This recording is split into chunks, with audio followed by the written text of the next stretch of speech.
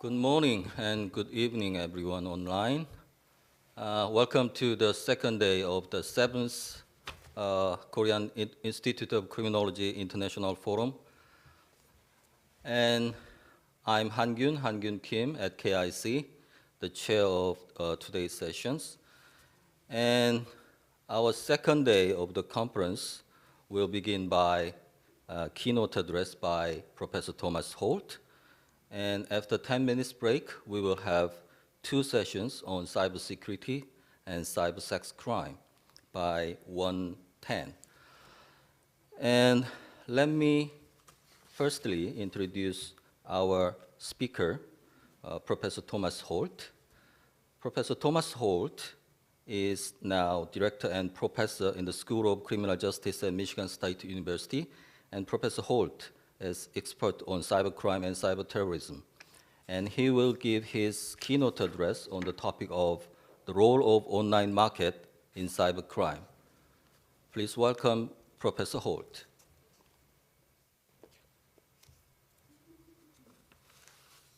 My name is Tom Holt, and I am a professor, and I'm the director of the School of Criminal Justice at Michigan State University. It's an honor to be able to speak with you all today. I appreciate the opportunity. It's very infrequent that we get the opportunity to speak with our colleagues internationally, so this is a rare pleasure for me, so thank you. I wanted to take some time to speak with you all about the way in which cybercrime is being transformed by the rise of online marketplaces. Traditionally, and as you've no doubt heard from the other speakers, cybercrime has had a very heavy emphasis on the way in which hackers and data thieves steal information and then try to monetize it in different ways. And that's very important, but there's much more to the current place where individuals can engage in crime online. The slide you see here is a website that you can visit that my research team has put together as part of our funding from George Mason University and the Department of Homeland Security in the United States. We've developed a robust research platform around illicit markets operating online. And the URL that you see here will take you to this website. We provide a variety of different white papers. They are short form research articles that you can read. And we also put out webinars and different research summaries that you can read. So if there's anything that I talk about today that you find interesting and want more information, you can visit the URL here and get that from our website. So as I mentioned, there's this very heavy focus on hacking and data theft. And that is important. There's no denying the economic consequences of computer hacking, whether it's coming from individuals or from nation states. But the way in which hacking has evolved over the last 2 decades has had knock-on effects, essentially transforming other types of crime. So there's been a heavy research focus on the way that hackers will sell tools and services to others, creating an essentially cybercrime as service platform, where anything that you need can be leased or acquired from another individual. There's also been research focusing on what are referred to as crypto markets on the dark web. And I'll talk a little bit about the dark web in a few minutes just to clarify what that means. But what's important to note is that a lot of that research considers drug behaviors. So individuals buying illicit narcotics from online retailers. And this is quite a dichotomy, that we have either a heavy emphasis on economic hacking or on drug selling behaviors. We know a lot less about all of the other ways in which real world offenses are being enabled by these online platforms, and to what extent the market operations are similar across the physical and digital spaces. Essentially, how do vendors buy, sell, and trade their goods to others? How do customers engage with those individuals? And how do they go about getting product from someone once they've completed a purchase? So that's what I'm going to talk about today, is the way in which these markets are engendering offline crime. and how there are parallels between both the cybercrime community in terms of hacking and malicious software, and that of the physical or offline behaviors enabled by cybercrime markets. One of the key issues that arises is that the forums and shops have differential processes for engaging in commerce. In a forum, because sellers are directly competing with one another, it's a much more transparent environment. The buyers can give feedback to others in the forum and directly engage with sellers. In a shop in a shop setting, what is important to note is that the seller does not have to give any feedback to the potential buyer. Instead, the buyer has to do all of their work up front to determine anything about the seller's legitimacy and the utility of whatever it is that is for sale. So in a forum setting, there's much more transparency and ease of understanding who is a good seller and who will cheat you. Shops, however, remove that ability for transparency and make it much more indirect to know who is good and who is bad. And as a consequence, it's much more difficult for buyers to navigate in shop environments. But shops have proliferated in the last few years as forums are thought to be a risky environment in which to engage in transactions. Not only can you buy tools, but you can buy resources. This is an example of a dark web shop called 0 Day Today.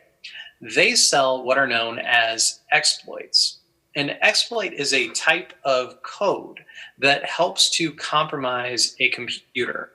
So if you are running a certain version of Windows, or perhaps a certain Microsoft product, whether it's Windows, Office, or some other resource, there are vulnerabilities in those programs that can be compromised by attackers. So this site enables you to actually purchase that code that will enable you to attack systems. The individual vendors in these sites sell what are sometimes known as 0-day vulnerabilities, meaning that they have not been identified and there is no way to defend against an attack using this exploit. So that's why these resources are very valuable. One thing to note is that all the prices listed here are in Bitcoin. And Bitcoin, as you may know, is a type of cryptocurrency. Essentially, that means that it is an online currency that is encrypted through what's called blockchain technology. So that makes it hard to identify the individuals on either end of the transaction, and it complicates the process of tracking it across time. So this is an effective tool to, again, hide where you are, utilizing Tor and operating on the dark web. Coupling that with the use of cryptocurrencies makes it extremely difficult to identify offenders and what practices they're engaging in. So I've mentioned the online issues that are out there. The Social Security number database is a good example of that bridge moving into physical space. In addition to that, we've also observed different resources for sale on the dark web that transcend the cyberspace environment and move into the physical. This is an example of a vendor on the dark web who offers hitman services, essentially contract violence for sale on the dark web. We've been able to identify 24 of these vendors and analyze what they sell. And across these 24, we find, surprisingly, that the price they offer for various types of violence in physical spaces mirrors what's been observed in the past. So even though prior research has focused on real-world individuals who've associated and engaged in paid violence, we see that these vendors on the dark web mirror those price points, such that they are not overwhelmingly high. Instead, they appear to be close to what an individual might expect to pay for what is clearly an illegal service. And what's interesting is that there's no evidence to date that any online hitman provider has actually engaged in real-world violence. Instead, these appear to be designed to draw in unsuspecting individuals to be cheated. And I realize that sounds strange to sort of talk about a service like this, but it's important to note that this is essentially a way to engage in fraud of individuals who are requesting hitman violence. You're not going to engage in these acts of violence as the vendor, but you will take money from people who think that you will give them whatever it is they're paying for. And that presents a very interesting dynamic. It can be hard for buyers to know who is legitimate and who is not. I've mentioned that on the hacking side, but that's true also on the physical side. And the hitman aspect seems to be one area where there is consistent fraud and very, very few examples of anyone legitimately offering services. And to give you a little bit more exposition on this kind of dynamic, I'll walk you through some of our analyses. But what I wanted to show you first is essentially the crime script for identity document purchasing. This is a criminological concept that helps us to understand how offenses occur from start to finish. And this notion of crime scripts comes from the routine activities and situational crime prevention approaches. If you're familiar with either of those theoretical frameworks, they argue that humans are rational actors and they make decisions based on the calculus of risk and reward. So in developing a crime script, it's a way to understand how a crime takes place, making the assumption that the offender and the parties involved are both rational and reasonable actors. So in this case, we focused on trying to assess the crime script for the purchase of fraudulent identity documents through online vendors. And we focused on the initiation and entry process. And what that means is how you go about actually purchasing an ID. So you have to identify a vendor. And since open and dark websites both offer these products, the customer has to determine which vendor they feel is the most reliable. At that point, they can contact the vendor. And we observe differential forms of contact depending on whether the vendor operates on the open web or on the dark web. Dark web vendors preferred encrypted email applications, whereas our open web vendors would even list things like a WhatsApp phone number so that you could text or instant message the individual. At that point, if you're contacting a potential vendor, that means you're interested in making a purchase.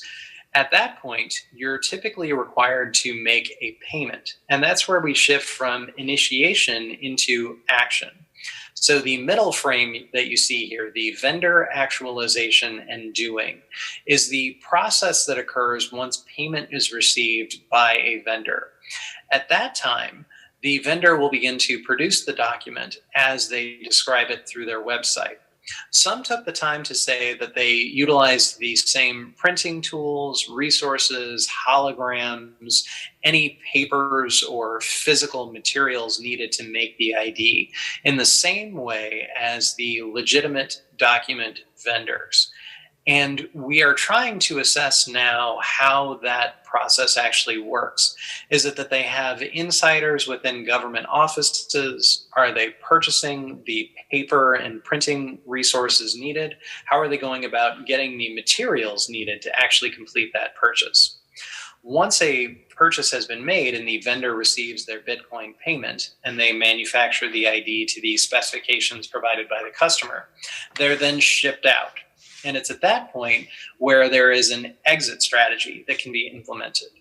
In most cases, the exit process is as simple as the customer receiving the item, validating that it is correct, and then attempting to use it. Very few of our vendors said that they would offer replacements. You had to be able to demonstrate that the identity document was damaged in the shipping process or transit process. If you can show that, or if the vendor deliberately entered in wrong information, then they would manufacture one for you at no cost. But that's a very small subset of the vendors that we identified. Instead, most of them just said that once it is shipped, it is your responsibility. However, two of our vendors did not just simply offer the exit strategy of take your purchase and leave. A small proportion, those two, also offered to run what is referred to as an affiliate program. So essentially, you can become a full-time vendor for that document creator by selling IDs to others in physical space. This was especially targeted to individuals in the United States and the UK, emphasizing you can sell our documents to underage people so that they can enter bars and clubs. And it's an effective way, they would say, to make money, because you can charge your face-to-face customers any price that you want. They will have a set price for you as their customer to actually manufacture the goods. So you can make hundreds of dollars over what the actual cost to you is to produce the ID. And the supposition is that the vendors of the documents will make more money by working through the affiliates because they are guaranteed a certain number of transactions per month. If there is such a dynamic and diverse market for goods and services, how do we affect it? How do we actually eliminate any of these markets? And it's not clear how we do that.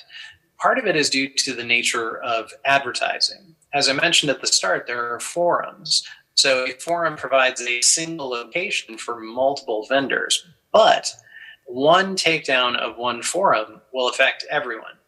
But all those vendors and those customers can go to other places. They can move to decentralized shops and try to make it harder to be identified and easier to operate.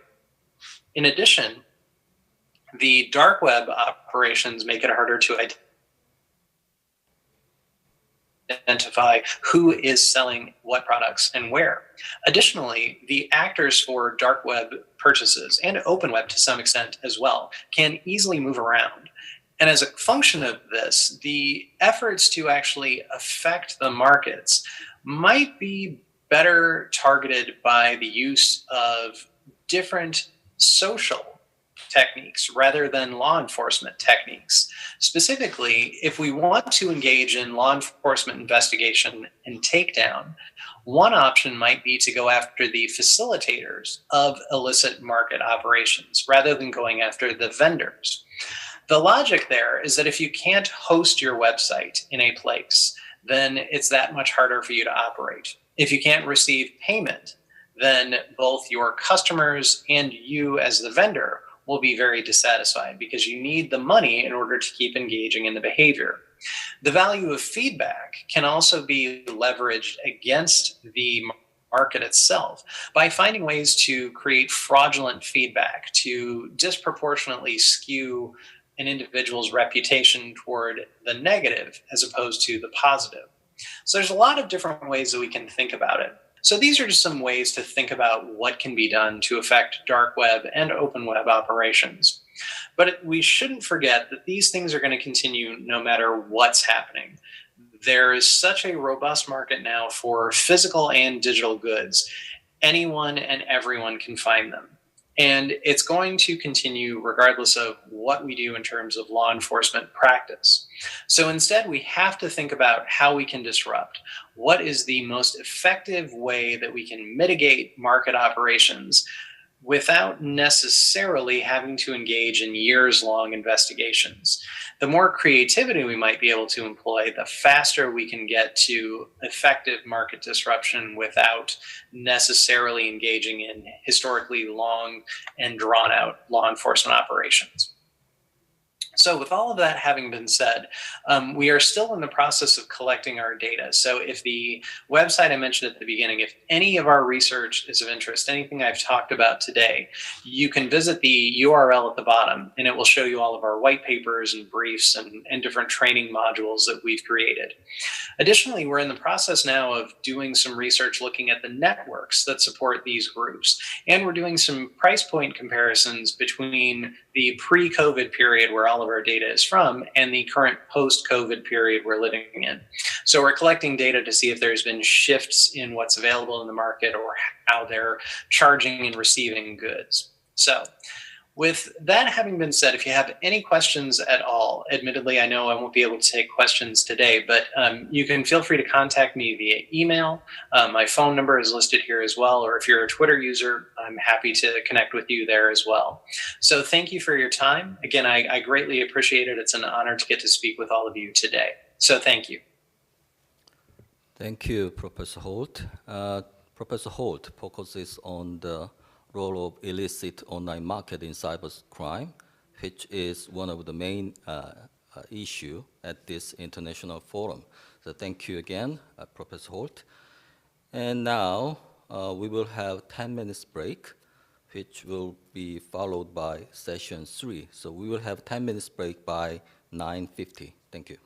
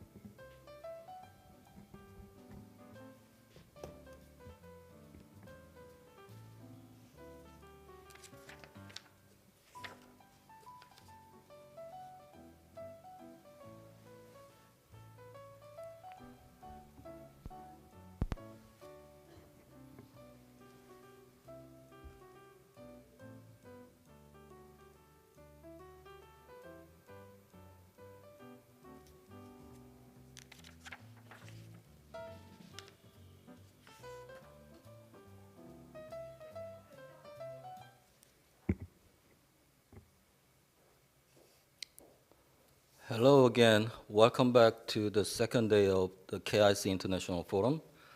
And I'm Han-Gyun Kim, Senior Research Fellow at KIC, the chair of the third session for today.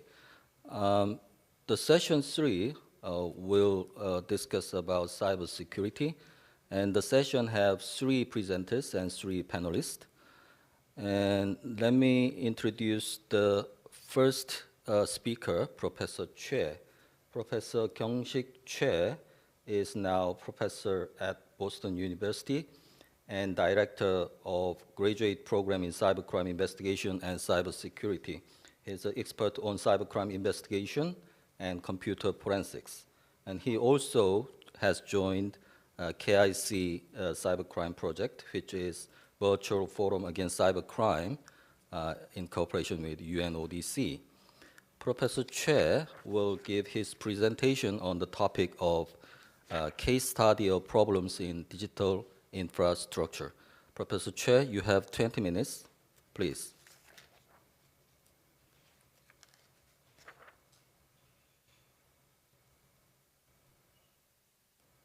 My name is Kyung-Sik Choi. I'm a professor and the director of cybercrime investigation and cybersecurity program at Boston University.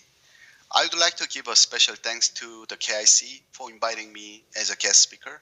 It is a great honor and pleasure to be part of this meaningful event. Let me briefly talk about the evolution of crime.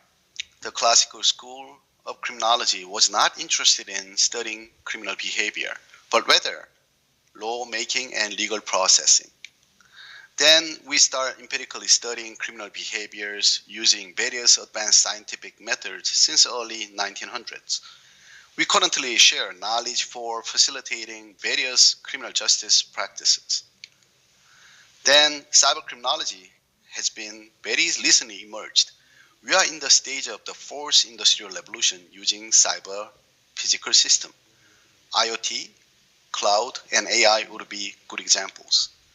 This is the age of global connection, which can provide the power to transform entire system of production, management, and governance through the cyber physical system. In other words, we live in a society where technology is essential for living daily life.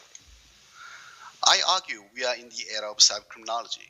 Cybercriminology is the interdisciplinary study of the causes of cybercrime, which combines knowledge from criminology, psychology, sociology, economics, political science, computer science, you name it, like any scientific disciplines to deliver in-depth understanding of nature of cybercrime in criminal justice field. In cybercriminology, many traditional criminological theories have been applied to explain the causes of crime. One of the predominant theories is routine activity theory. In 1979, Cohen and Ferguson proposed their routine activity theory, which focused mainly on opportunities for criminal events. Cohen and Ferguson posited that there are 3 major factors that contribute to criminal victimization: motivated offenders, suitable target, and the absence of capable guardianship. Crime is likely to occur via the convergence of 3 factors. The cyber routine activities theory, which I proposed, initially argued that computer crime victimization is influenced by digital capable guardianship, simply cybersecurity protection software, and online lifestyle. They are human errors. In this current study, my research colleagues and I revisited Ferguson's target suitability measures. While studying cybersecurity, I strongly felt the original cyber routine activities theoretical premises should be revised to underscore the characteristics of cybersecurity vulnerabilities. Using unique data set compiled by Shodan, which is scam ports and IoTs, this study aims to theoretically extend cyber routine activity theory by revisiting Ferguson's target suitability measures, VIVA, visibility, inertia, value, and accessibility, with cybersecurity angle. This research also empirically explores how and whether the online lifestyle of cybersecurity managers who manage organizations' cyber infrastructure linking to vulnerability in cybersecurity. In particular, This Korean study identifies, analyzes, and empirically tests the network and digital infrastructure vulnerabilities in Massachusetts. Greater Boston, in particular, is an area where universities' highly educated population, research and development and technology, healthcare, biotech, and cybersecurity companies are highly concentrated. Let me discuss the cybercrime application of routine activity theory. Motivated offender. Dr. Grabowski said cybercrime is the same old wine with a different shape of bottle. Indeed, greed, lust, power, revenge, adventure, and the desire to taste forbidden fruit, they are most evident motivation of cybercriminals. We don't really see substantial difference between cybercriminals and street criminals in terms of their motivation. However, new shape of bottle, meaning different method of crime victimization using internet and technology. We can easily speculate motivated cyber offenders are given situational factor. Thus, the motivated offenders measurement was not included in my current study. Capable guardianship. Unfortunately, the current capability of many law enforcement agencies are very limited. Most local and state law enforcement officers lack knowledge concerning the processing of computer data and related evidence. The CyberLAT replaced this factor with cybersecurity software that are understood as a digital capable guardianship. In the CyberLAT, major cybersecurity software was the most important factor to mitigate computer crime victimization. In the current study, we did not include this factor due to the difficulty of collecting all the cybersecurity software information reflecting each of organizations in Massachusetts. When studying cyber infrastructure vulnerability, it is essential to re-examine target suitability measures. Felsen presented 4 different target suitability measures based on potential offenders' perspective. They are value of target, the inertia of the target, the visibility of the target, and the access to easy exit from offense's location. Crime opportunities for cyber intruders can be analyzed in terms of the vulnerability of the systems and networks. A vulnerability assessment is the process in which one can identify, quantify, and prioritize or rank the vulnerabilities in a network, infrastructure, or system. In other words, a vulnerability assessment is a search for bugs, weakness, or exposures so that we can apply, patch, or fix to prevent a compromise.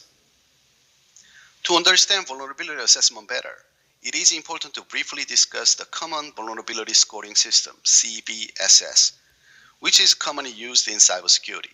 The CVSS is a standard measurement system for industry, organization, and government that have need of accurate and consistent vulnerability severity score.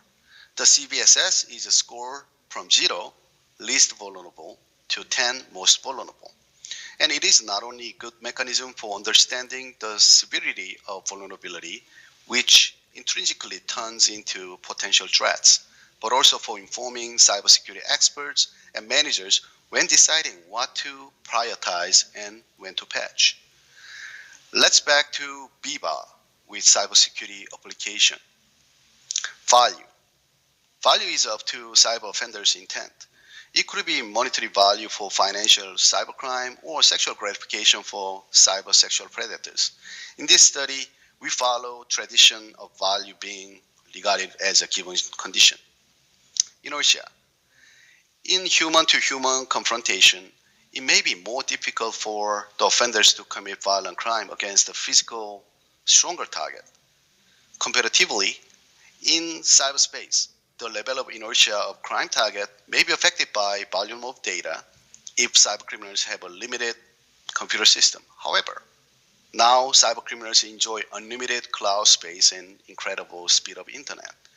In a cybersecurity field, the inertia of crime target becomes much more important. If a perpetrator comes into a system seeking vulnerable spots as potential targets, the complexity of computer system might hinder the perpetrator from intrusion and attacking potential victim systems and digital infrastructure. Visibility. The visibility of crime target refers to how much information is visible to potential offenders. Cybercriminals gain the digital information from online users through various hacking tools such as IP trackers and password snippers. Thus, I argue that cybercrime targets are globally visible to cybercriminals in cyberspace in the original cyber However, managing the vulnerability of system, networks, and software and hardware can be understood in cybersecurity. In the current study, attack vector is a measure to explain how the vulnerability is exploited. Accessibility. Accessibility refers to as the ability an offender to get to the target and then get away from scene of crime. The accessibility of crime target in relation to vulnerabilities in cybersecurity is understood as being easily attackable. Authentication, which requires credential before exploitation, was used to measure accessibility as a theoretical component. Therefore, three components of target suitability in VIVA were independent variable. As I mentioned, value is a given situation. Complexity is defined as an additional step to exploit the internal computer system. Vector is measured to explain how the vulnerability is exploited. Authentication requires credentials before the exploitations. Dependent variable is very important here. To assess the vulnerability of the system, we initially use the core cybersecurity requirements consisting of the three main risk domains: confidentiality, integrity, and availability, which is known as the CIA triads. We did not include confidentiality as our dependent measure because this component is only tied with the information that are not directly relevant to a system vulnerability. Integrity is a main dependent variable in the study. Integrity is defined as assurance of the non-alteration of documents or data. It assumes data remain in its intended state and can only be edited by authorized parties. Attacks against the integrity are alteration attacks. That's kind of prevalent. Availability is the second dependent variable defined as accessibility of the information, resources requiring the routine maintenance and upgrading of hardware, software, operating system environments. It ensures the authorized parties have unimpeded access to data when required. Attacks against availability are destruction attacks. Shodan is a search engine for internet-connected devices. This search engine quickly assists finding global computers running a certain pieces of software along with metadata such as geo information, hostname, operating system, etc. In addition, Shodan is fully capable to check cybersecurity vulnerabilities that infect in certain hosts. The Shodan works 24/7 and updates the database in real time. At any moment you query the Shodan website, you will be able to collect images and live data from internet-connected devices, such as webcams with open remote access.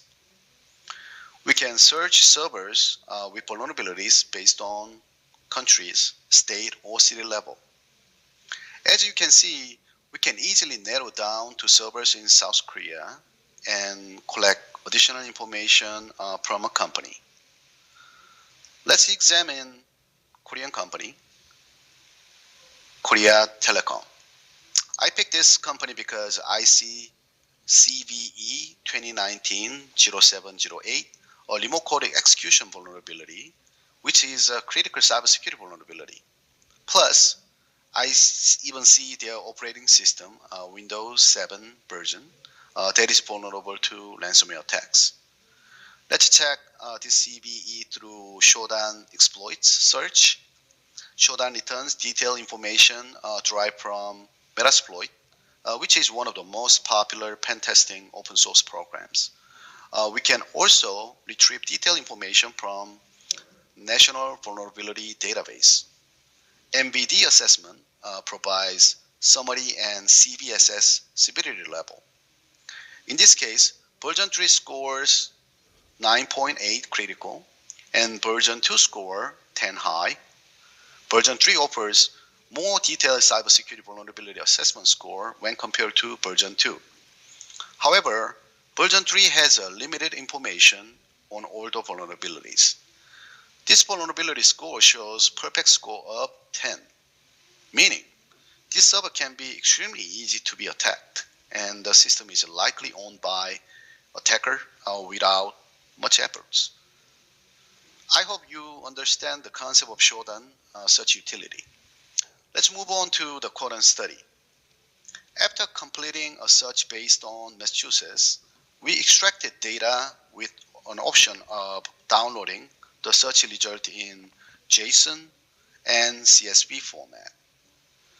JSON format delivers the collected information with all accompanying metadata. The CSV format returns a file containing the IP, port, banner, organization, and host name. We use the Shodan command program to transform the file information to reader-friendly format using parse commands. From the Shodan search, we identified 39,032 servers and 1,579 vulnerabilities. Let's preview the transform file. We moved the detailed information into our database, TSV format. Okay, here's our file preview and our collected data. Here's the descriptive stats for sample. For the analysis of the Korean study, negative binomial regression model was used. The table displays the zero-order relationship among variables. From control variables, information technology industry was identified as a high cybersecurity risk when compared to other industries by excluding all major variables.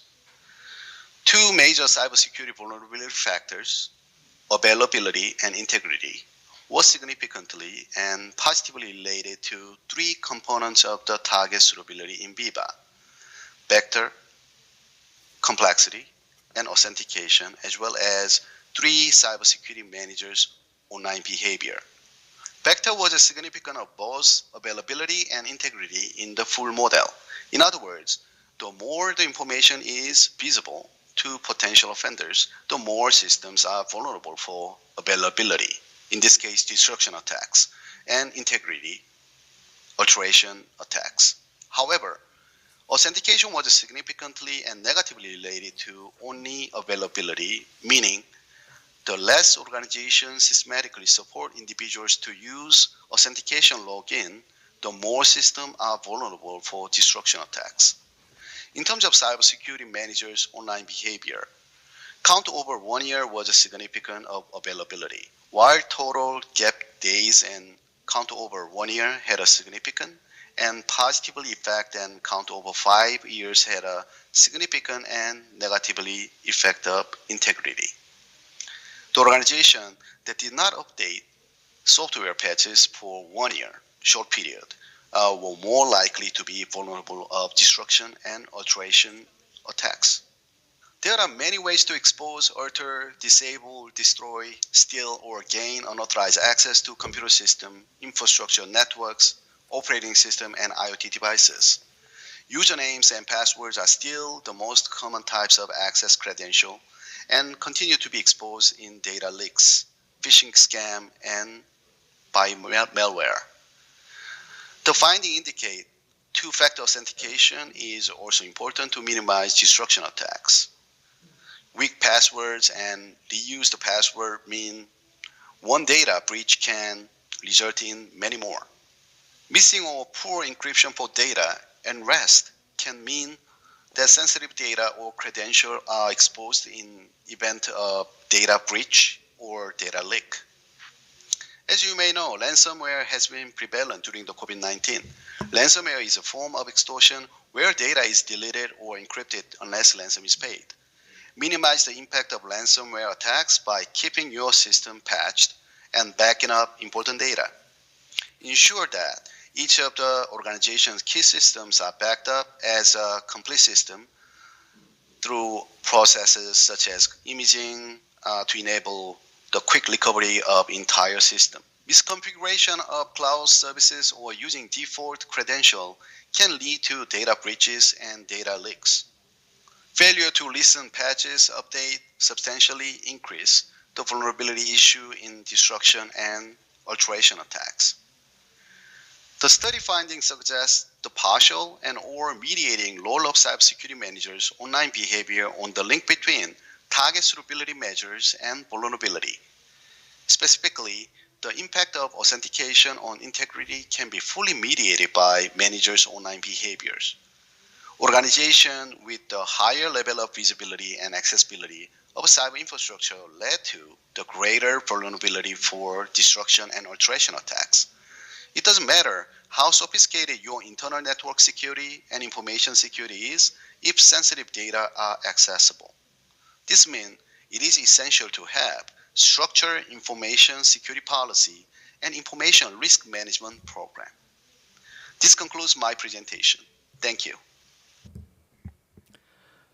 Thank you, Professor Choi. Professor Choi has introduced Shodan, a kind of search engine, I believe. It's very impressive. And Professor Choi also has pointed out how to measure cybersecurity vulnerability and also how to build secure and hygiene cyber environment. Thank you. And the second speaker for session 3 is Professor Kim Kwang Raymond Chu. Professor Chu is an expert in information security and now professor of the University of Texas at San Antonio. And Professor Chu has got so many awards and scholarship for his excellence in his scholarship. And Professor Chu will give his presentation on the topic of how to secure our cyber future. Professor Chu, you have the floor. Thank you very much. Can anyone hear me? Testing, can you hear me? Hello? Yes, please go ahead. Okay, sure, thank you. First of all, I would like to thank KIC and the conference organizers for the opportunity to present at this virtual event. I'm also very glad that I'm speaking directly after Dr. Choi because he has set the scene very nicely as to why we should be interested to study cybercrime and also cybersecurity. I'm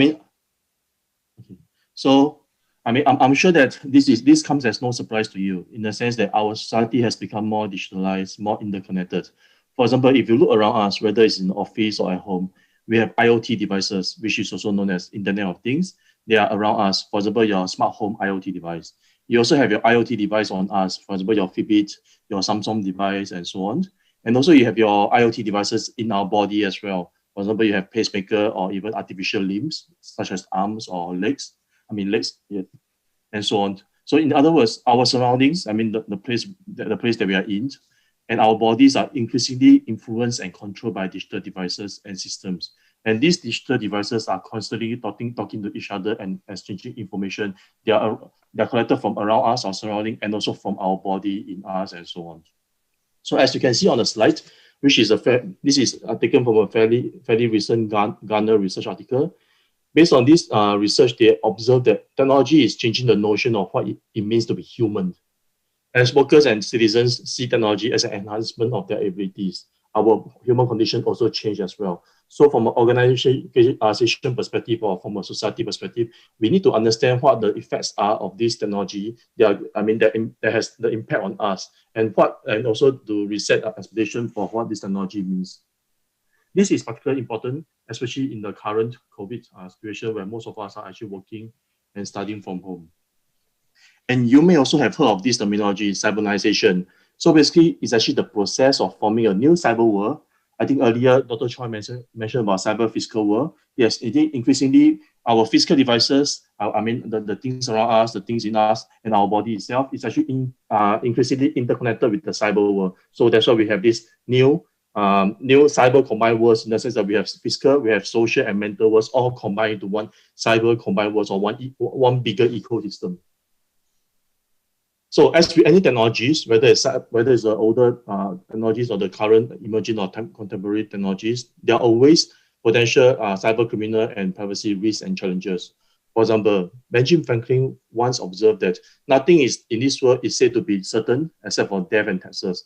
I'm sure if we add cyber attacks or cyber crime to this list, no one will actually object to this, right? So from both policing and also cybersecurity perspective, I believe that it's important for us to understand how attacks or cyber attacker can actually take over our system, how they can get into our systems. For example, what witnesses assist in our cyber physical worlds? Are these witnesses in the people, that's you and me, home users? Are these witnesses in the process, or are these witnesses in technologies? It can be any of these or a combination of these.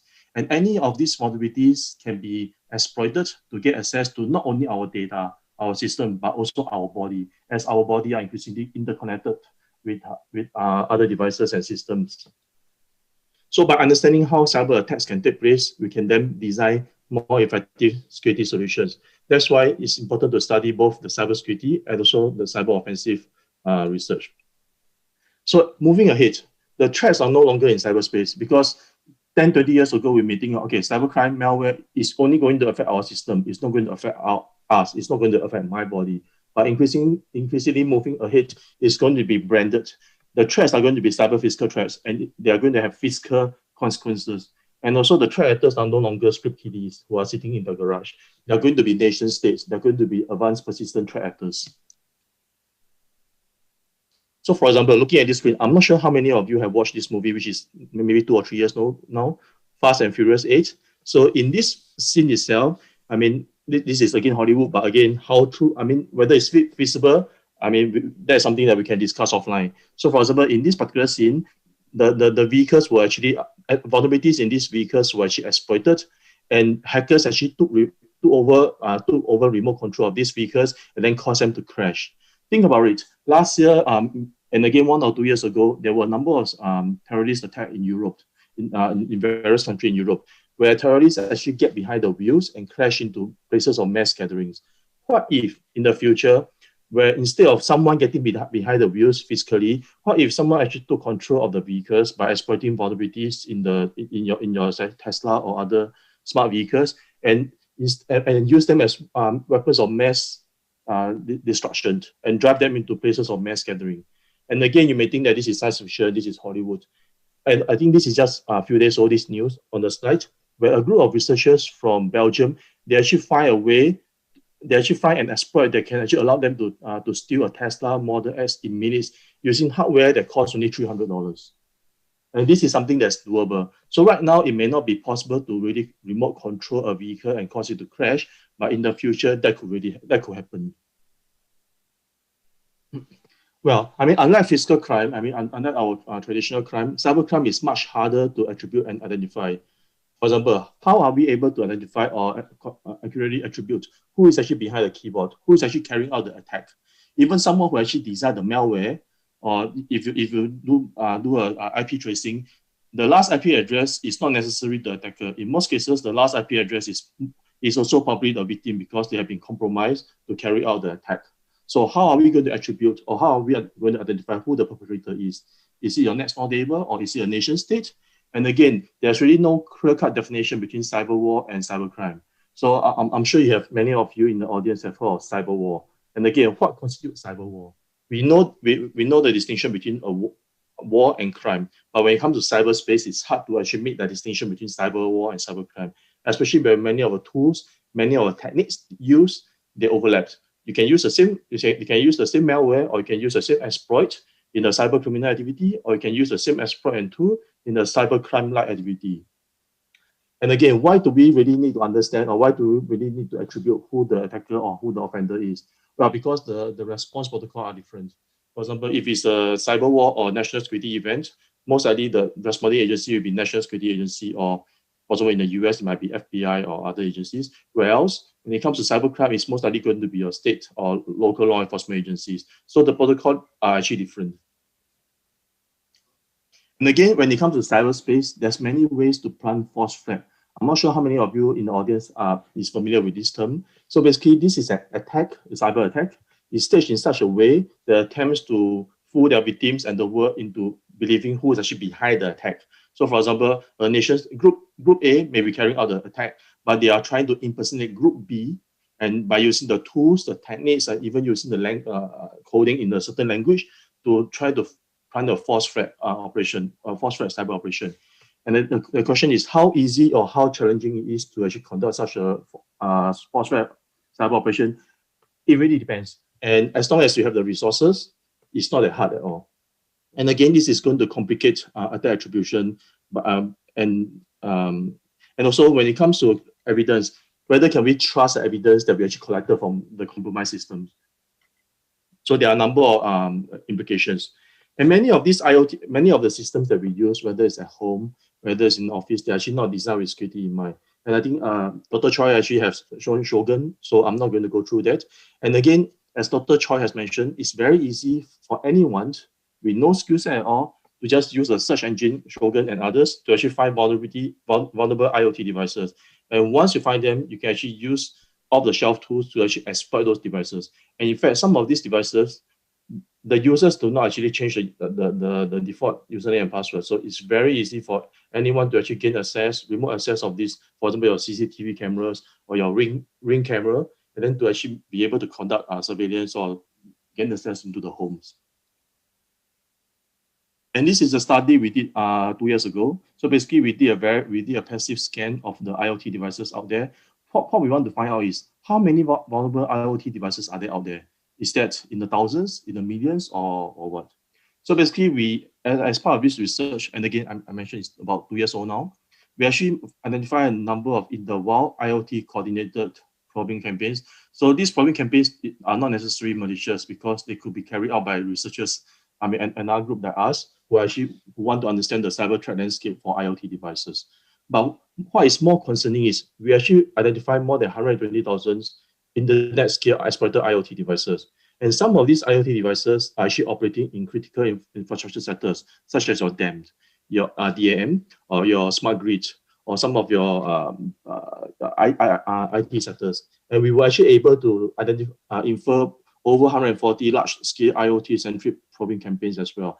And in this case, because this is a research, we could not actually engage with these vulnerable IoT devices, but any cyber criminals could have gone a step further and trying to exploit these IoT devices to gain access to data or to gain access to whatever is connected to them.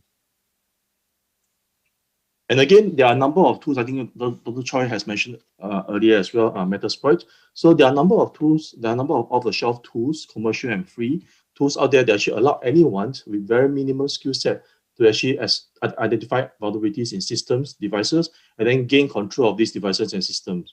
This is actually a work that we've done quite recently. So basically, we use deep learning, which is a form of machine learning and artificial intelligence. So we actually try to fast for vulnerabilities, unknown vulnerabilities in IoT systems.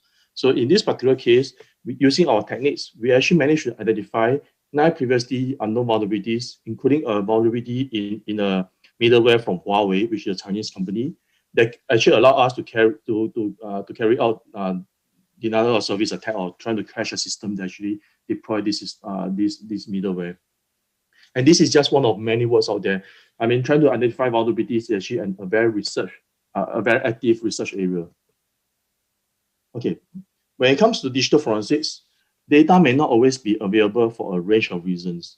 For example, in terms of short data retention time, in terms of a lack of extraction capabilities, whether it's by law enforcement or by organizations, as well as the cost associated with conducting such an investigation. So as a result, when it comes to collecting data about an incident which has just occurred, they may not be able to identify the cause of the security incident. And why do we need to understand what caused the incident? Because by doing so, we are able to identify what happened, how the attacker got into the system. What exploit or what vulnerabilities were actually leveraged or abused to actually gain access to the system, what data was stolen, who was responsible, and so on. So we are able to identify, we are able to build a timeline. So hopefully we are able to understand what has happened, and we are able to design better mitigation solutions to prevent the same thing from happening again in the future. However, it's not realistic to suggest that any item connected to the target device can also be automatically seized for forensic data collection, because many of these devices, because they're IoT, they're internet connected, they can be sitting somewhere else in another country, in another city, or even in a cloud data center, say from one of the big companies. So there's just no way for us to be able to collect the data in real time. So that's why a few years ago, my student and I, we actually proposed a concept called forensic by design, or also known as forensic ready systems.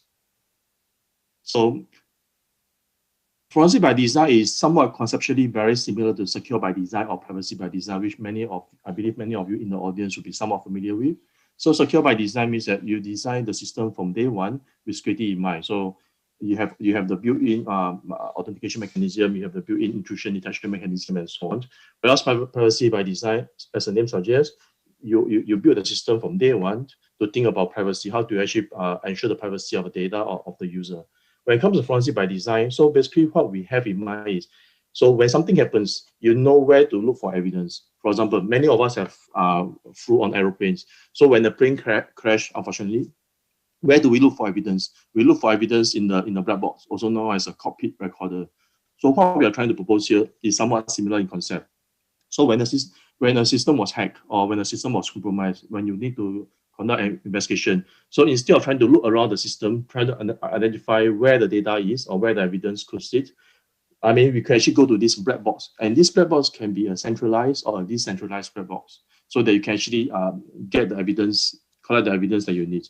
So this, okay, if you can see this figure, so basically we are thinking about how the black box is actually this item 3, the secure multi-tenant storage. So basically, all the data, and again, this type of what you may ask, so what sort of data is this digital forensic black box going to collect? And again, it can be customized based on the organization. So based on the sector, by understanding what is important, what data is actually important to the organization, and what our system or what our network is actually being deployed. So and again, as I mentioned earlier, this black box can actually be centralized or decentralized. And again, because all these evidence are actually stored in this black box, you have to ensure the integrity of the data. So security is actually very important. So once you have this data, and this data collected in this digital forensic black box, it's not just for use for forensic purpose, but it can also be used to train your machine learning model.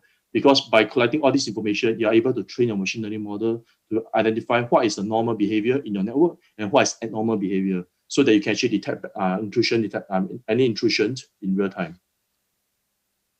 And again, when it comes to digital forensic or even cybersecurity, how do we actually share information, or how do we actually share knowledge about how to conduct a vulnerability assessment, or how to go about doing forensic analysis of the newer device, for example, IoT device? And just think about IoT devices. There's so many IoT devices out there. There's such a broad range of IoT device. It's almost impossible to find someone, or even a team of forensic investigators, to actually know all the IoT device, to know how to go about collecting evidence about all the IoT devices, because they have different operating systems, they may have different file system or even firmware versions. So the question, one of the challenges here is actually how do we actually efficiently and effectively share information or share knowledge about these forensic artifacts? For example, where their location could be, as in the location of the artifacts, what are the forensic implications, the value of the artifacts, and also their data structure. We are sharing the artifacts themselves, because in most cases, some of these artifacts are somewhat private. They consist of potentially PII, personal identifier information, or some information relating to the IP of an organization. So how do we actually share this knowledge? We are sharing the artifacts themselves.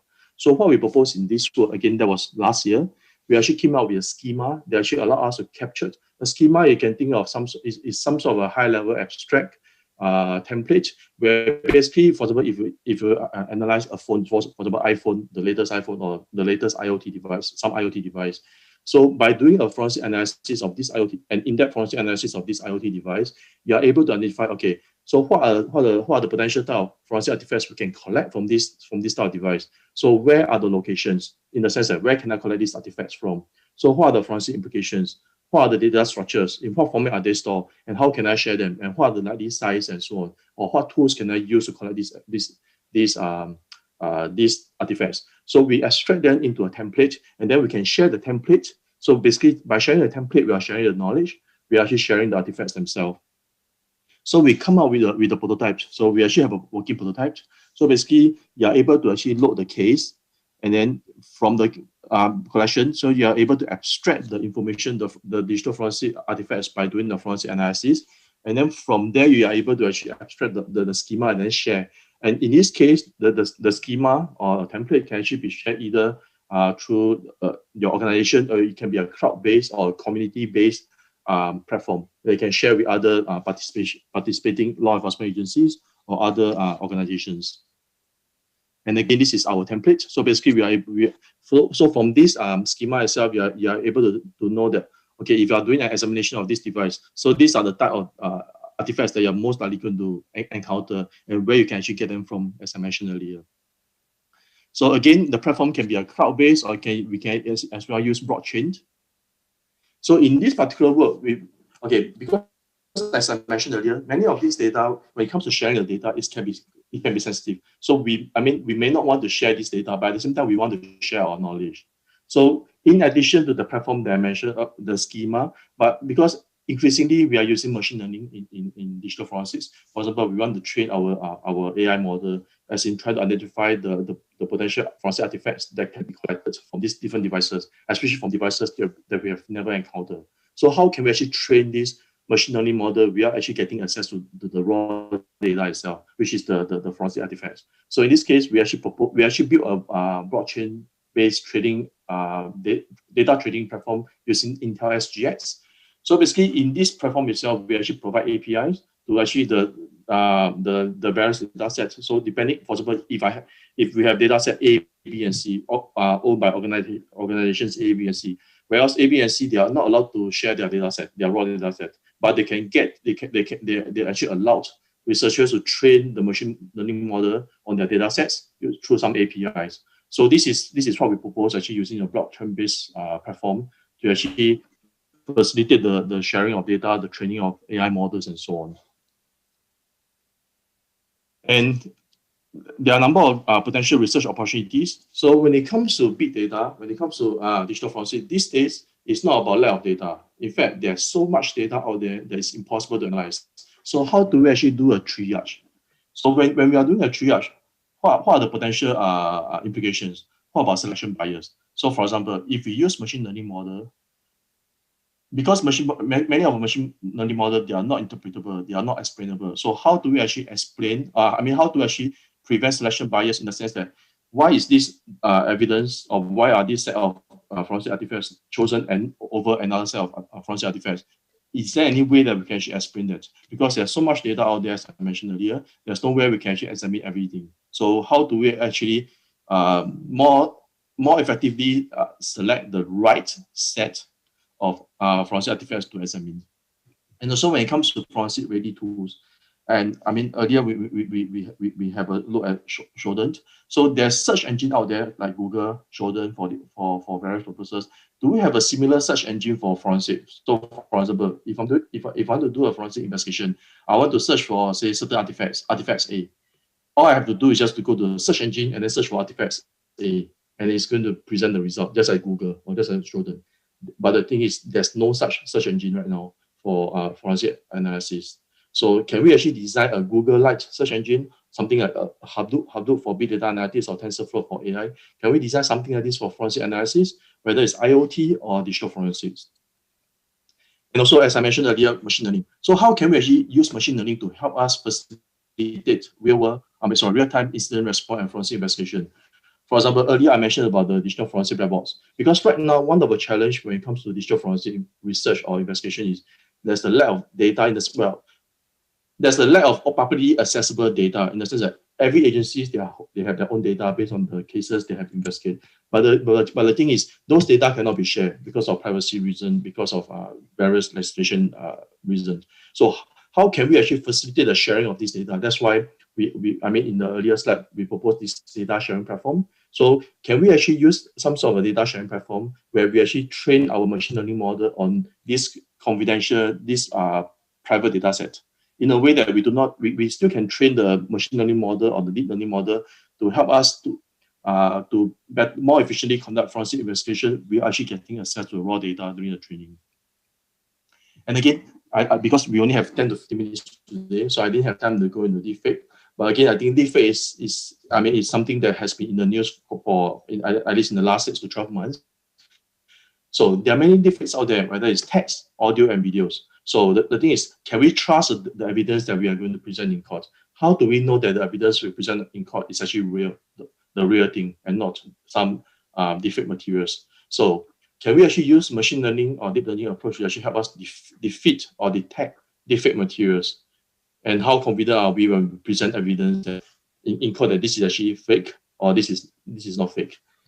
And at the same time, because to me, I believe cybersecurity and digital forensics, they go hand in hand. Because in order to gain access to the data on the devices, in many cases, we need to use exploit. We need to exploit vulnerabilities in some systems, whether it's operating systems or in the implementation error of an encryption algorithm in order to get access to data. So again, on the topic of machine learning, can we actually use machine learning to help us identify and exploit vulnerabilities to gain access to evidence for a court purpose? Well, it may be controversial depending on which country you are working at or the legal systems. And another potential topic is actually explainable AI in digital forensics, especially for court. So if you use AI techniques to actually help you collect evidence, or you use AI techniques to help you analyze the evidence, are you able to explain in court as to how do you actually arrive at these decisions? Because right now, many of the algorithms, as I mentioned, is actually black box. So there's no way that you can actually explain how did this algorithm actually arrive at this decision. All you know is I input this, I provide this input, and this is the output that I get. I have no idea what goes in the box. That's why it's a black box. So can we actually design explainable AI techniques to help us to conduct some of the digital forensic analysis or even collection of evidence? And then we are at the same time, we are still able to explain what goes on.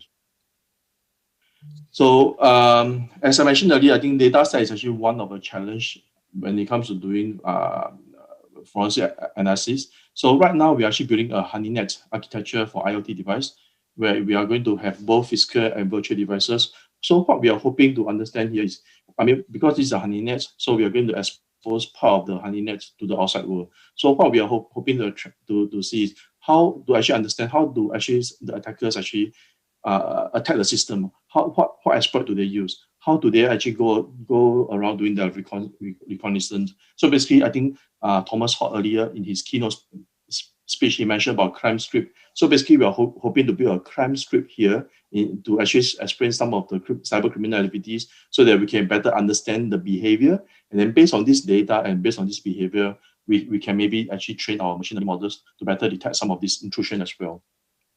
So with that, I end my presentation. And again, thank you for your time.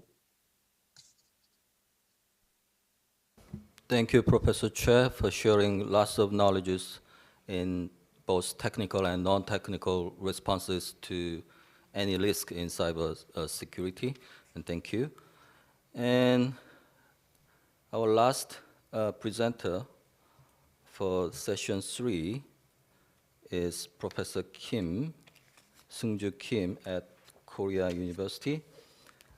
Professor Kim is now professor at School of Cybersecurity in Korea University and was a member of Presidential Committee on the Fourth Industrial Revolution. And for this session, Professor Kim will present on some controversial topic of cyber threat from North Korea. 김 교수님 20분 내로 부탁드리겠습니다. The presentation will be made in 20 minutes. Can you hear me? 예, 말씀하시죠. Yes. Please go ahead, sir. Yes, good morning, everyone, and thanks for inviting me these honorable discussions. And I'm Seung-Ju Kim from Korea University, and today I'll talk about the North Korea's cyber powers. First of all, do you know what this number means? According to the Korean intelligence agencies, there are more than 1.62 million hacking attempts per day to the South Korean government and also the agencies. Most of these these attacks originated from North Korea and followed by the China and Russia's. And also in recent days, attacks from the Iran and Pakistan have increased.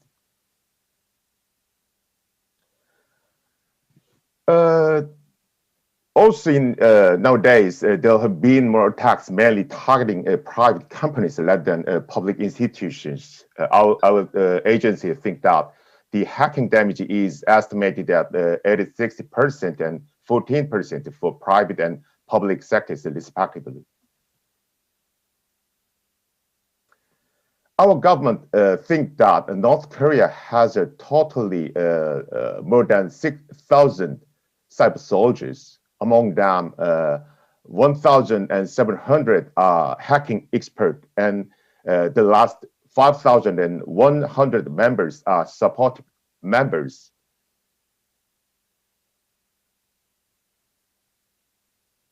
This table shows that the representative North Korean hacking groups, including Lazarus, Blunov, and Andariel, and Reaper. Here, the hacking group Lazarus is considered as the main culprit of the Sony hacking case. And the Blunov hacking group is believed to be the main culprit of the Swift hacking case.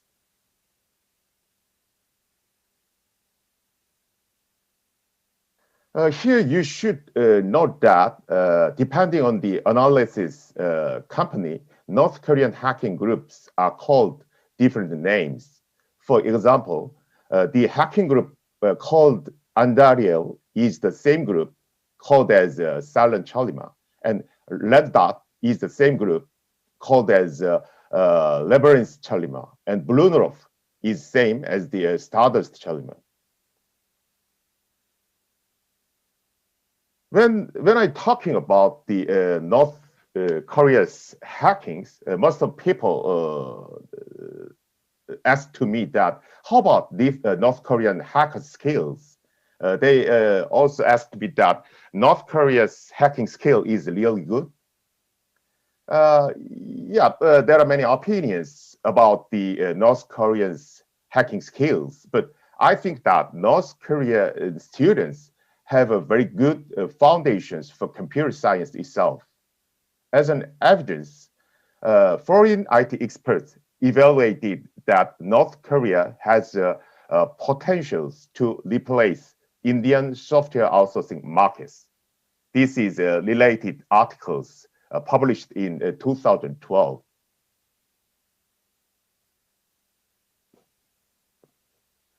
And also, there is a very famous international collegiate programming contest called ACM ICPC. But several years ago, students from Kim Il-sung University in North Korea participate in this contest. In this ACM ICPC contest held in 2016, North Korean teams ranked at higher than Stanford University teams.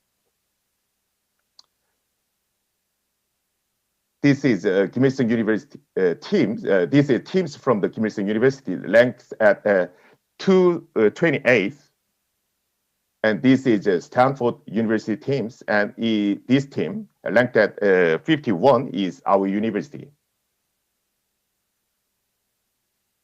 As shown this, I think that the students from the North Korea who study about the hacking skills has very good foundations about computer science itself. And also, North Korean hackers have a very strong motivations, such as Kim Jong-un's encouragements, and also they have very solid knowledge about the military operations. Because of these, tracking the North Koreans' hackers' attack is becoming more and more a difficult one.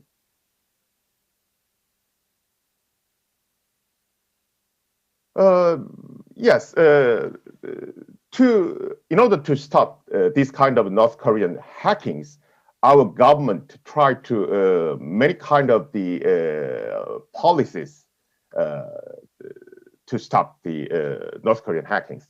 I will focus on the four main policies of Korea. The first one is about the government organizations.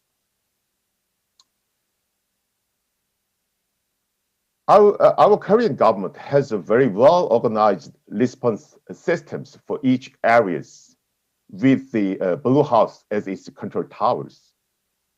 National Intelligence Service, as called, it is one of the Korean CIA, NIS is responsible for the public sectors, and also the MSIT is responsible for the private sectors. And also we have a Cybercrime for military sectors. And the second effort is that we have very strong network separation policies. From 2007, our government adopted the network separation policies. And from the 2012 August, our government adopted network separation policies also for the private sectors, such as internet service providers and big web portals with an average of more than 1 million visitors per day. And also, 2013, our government extended our network separation policy to the financial sectors. Yes, but most of people think that network separation policies are also being implemented in other countries. But our Korean network separation policy is very stronger than that of other countries. As shown this slide, our government has a policy to completely disconnect organizations' intranet from the internet. As you can see, our government's internet service is totally disconnected from the internet. But foreign countries has a policy to separate networks according to the importance of the data. As you can see in this slide, they separate top secret zones and secret zones and unclassified zones, and then keep non-classified, unclassified business computer systems connected to the internet all the times.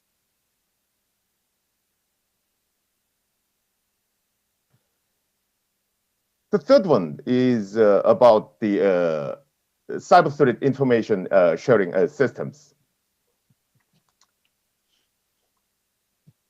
Today, information sharing systems is recognized as a very important means to effectively prevent cyber attacks.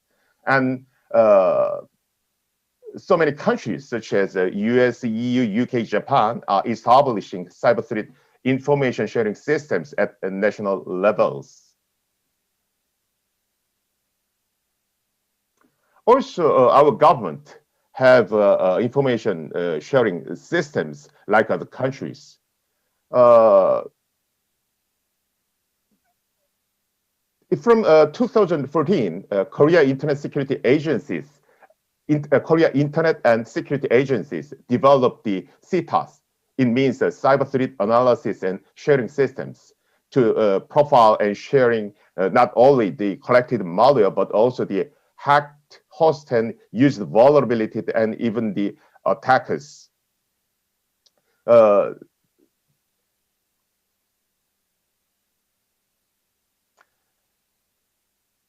the fourth effort is about the investing in human resources. In 2012, our government was inspired by Israel's Talpit programs and made Department of Cyber Defense at Korea University. In 2016, we graduated 30 students for the first time. This is a joint educational program with Korea Cyber Command. The students of this department has a full scholarship, and after their graduations, they should employed in in military sectors for 7 years. We accept top-tier students in the national college entrance examinations. And also, we have several public sector and government sectors cybersecurity education programs, such as CS TAC and KICIF Academia, and so on. And among them, most famous one is KICIF BOB programs. This best BOB programs has a very strong peer-to-peer mentoring style education systems.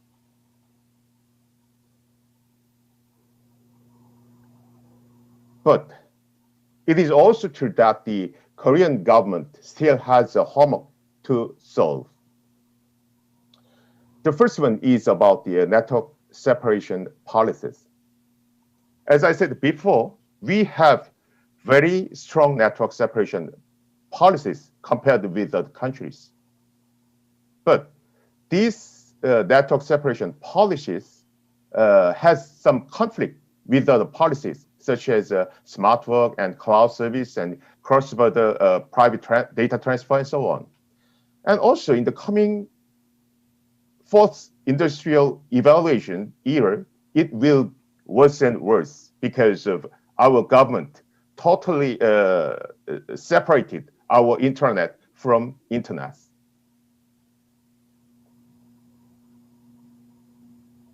The second open problem is about the tracking hackers.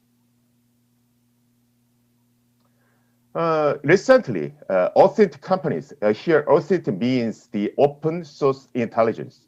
So nowadays, authentic companies have been in the spotlight.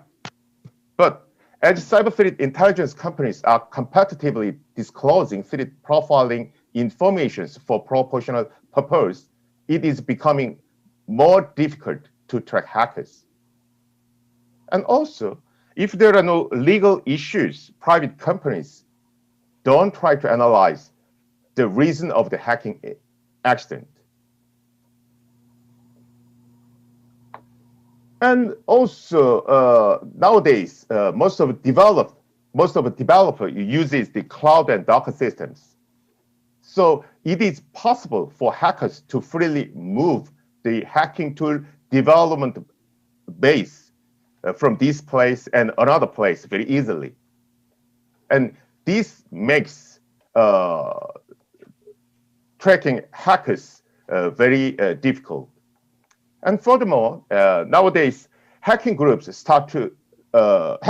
begin to share their exploit code and use it. This makes tracking more and more difficult.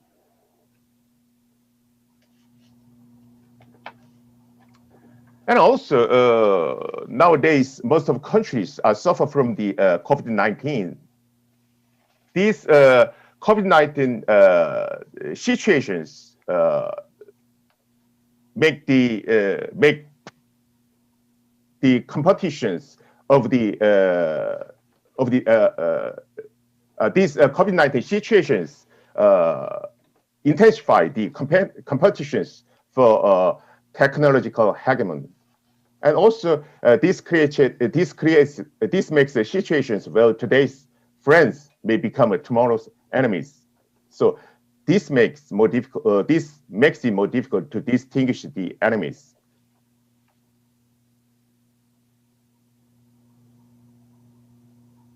And the third problem is about the sanction.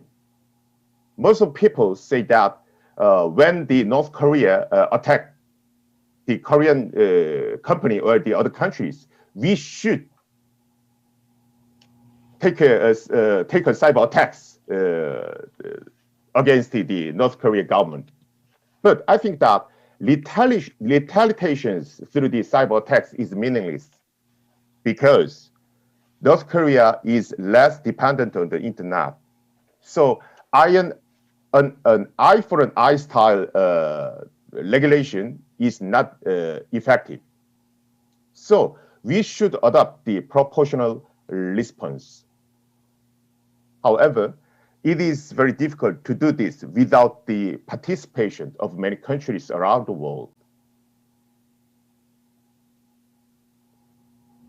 And also, some experts say that North Korea's export of the cyber weapon systems should be banned. But this could lead to controversy about the cyber espionage problems with other countries.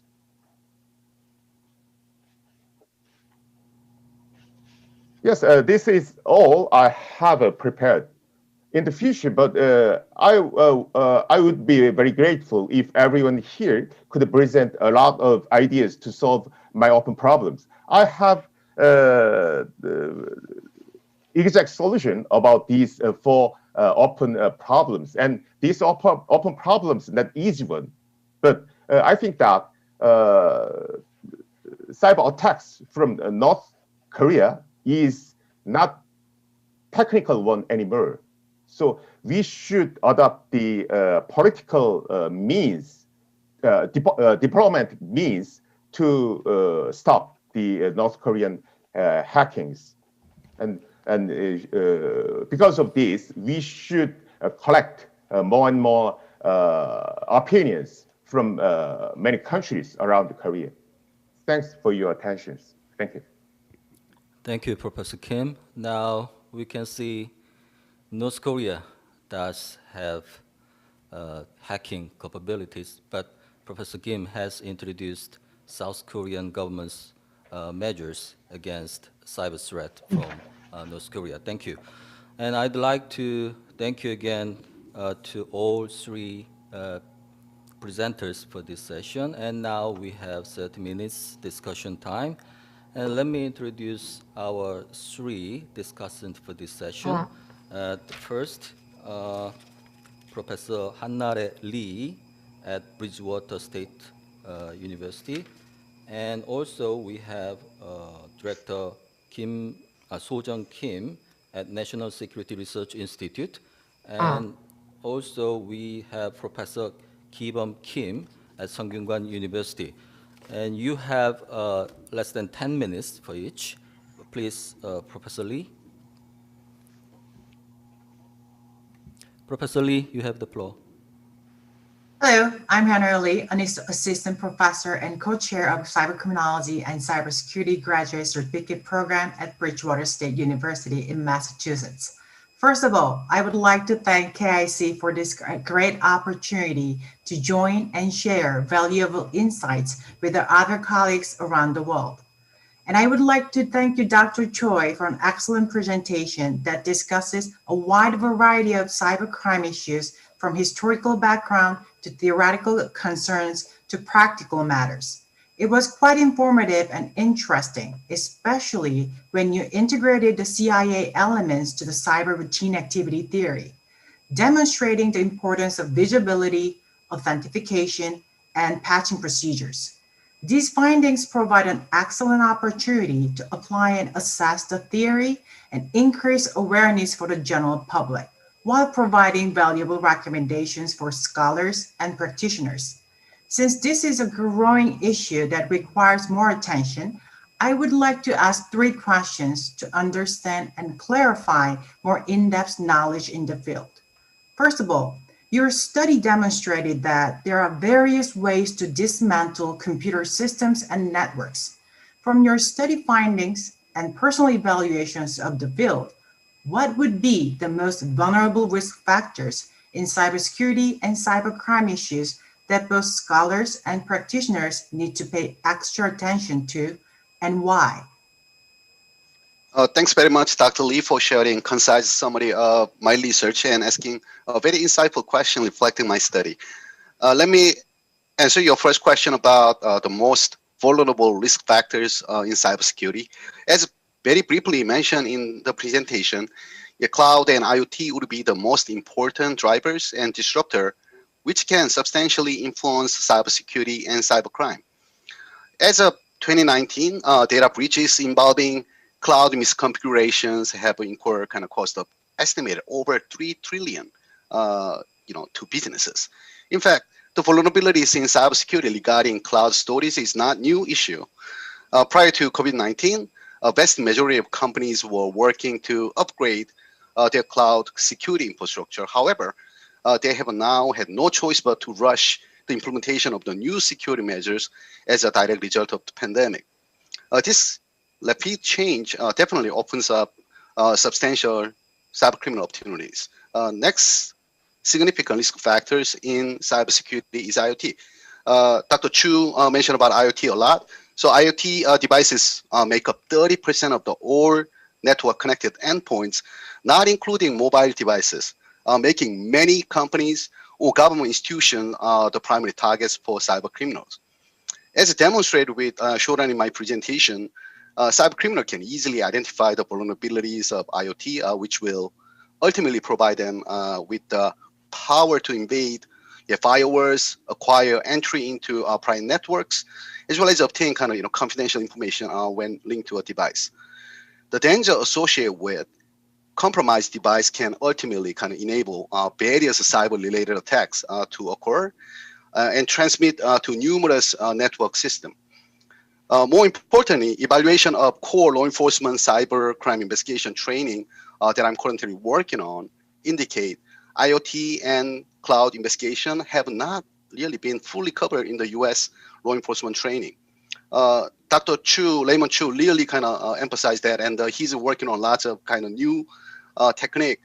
We are already facing significant challenges from rising cyber threats. So it is essential to develop IoT and cloud-related cybercrime preventive techniques and training for government and law enforcement agencies.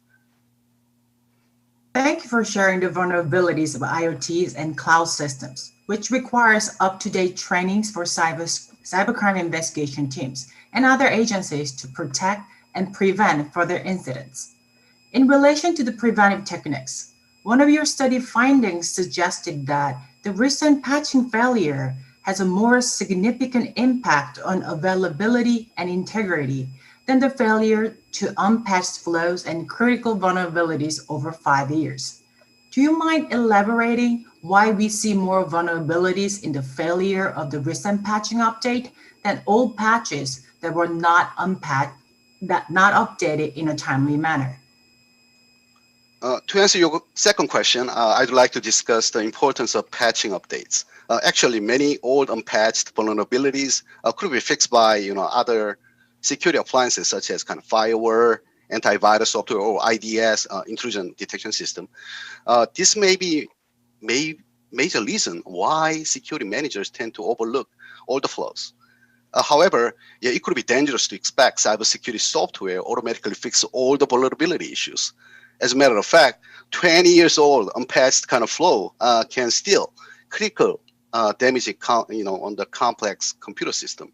Ideally, all Windows-based administrators as well as users to ensure they are fully patched and secure. Statistically speaking, the recent bugs are much more sophisticated, and we are much more exposed to cyber attacks when compared to last year. As a result of impact caused by COVID-19 again, a large percentage of companies have become required to have an employee work from home.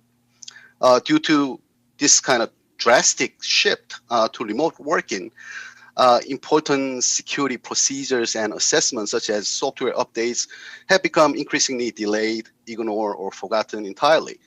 As a result of important security updates being ignored, it is expected. Attackers are aware of this and they are willing to capitalize on them, resulting in successful infiltration of organizations of all sizes. Plus, due to Windows 10 operating on 700 million devices, bugs can now impact on estimated over 1 billion devices located all around the globe.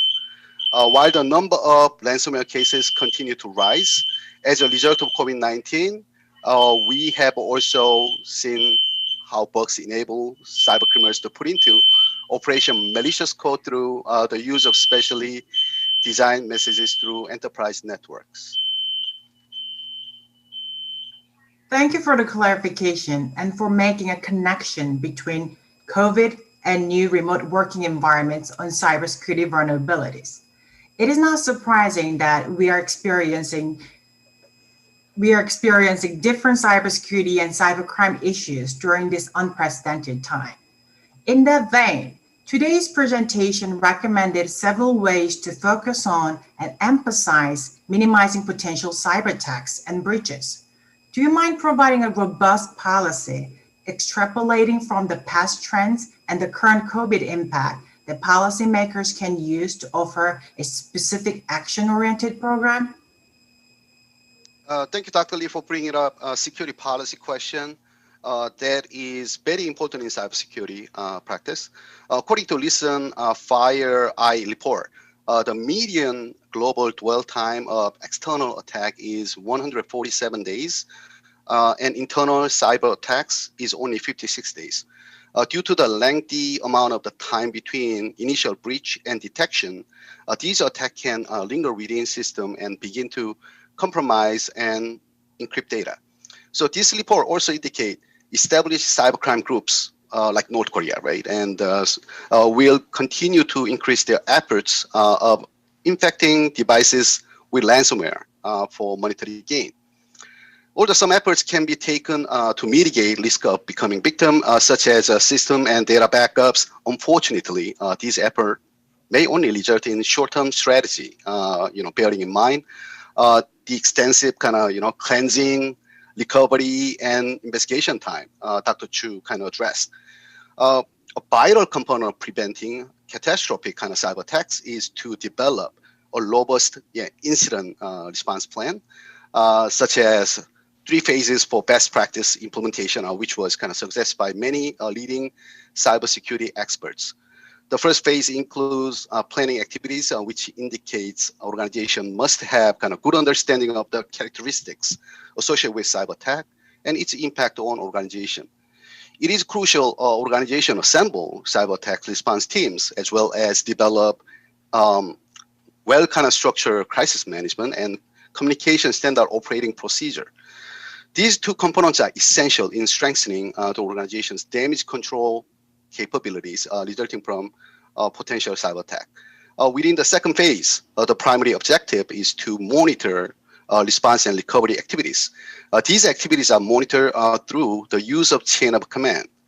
The chain of command requires the incident response team to help guide the crisis management team lead.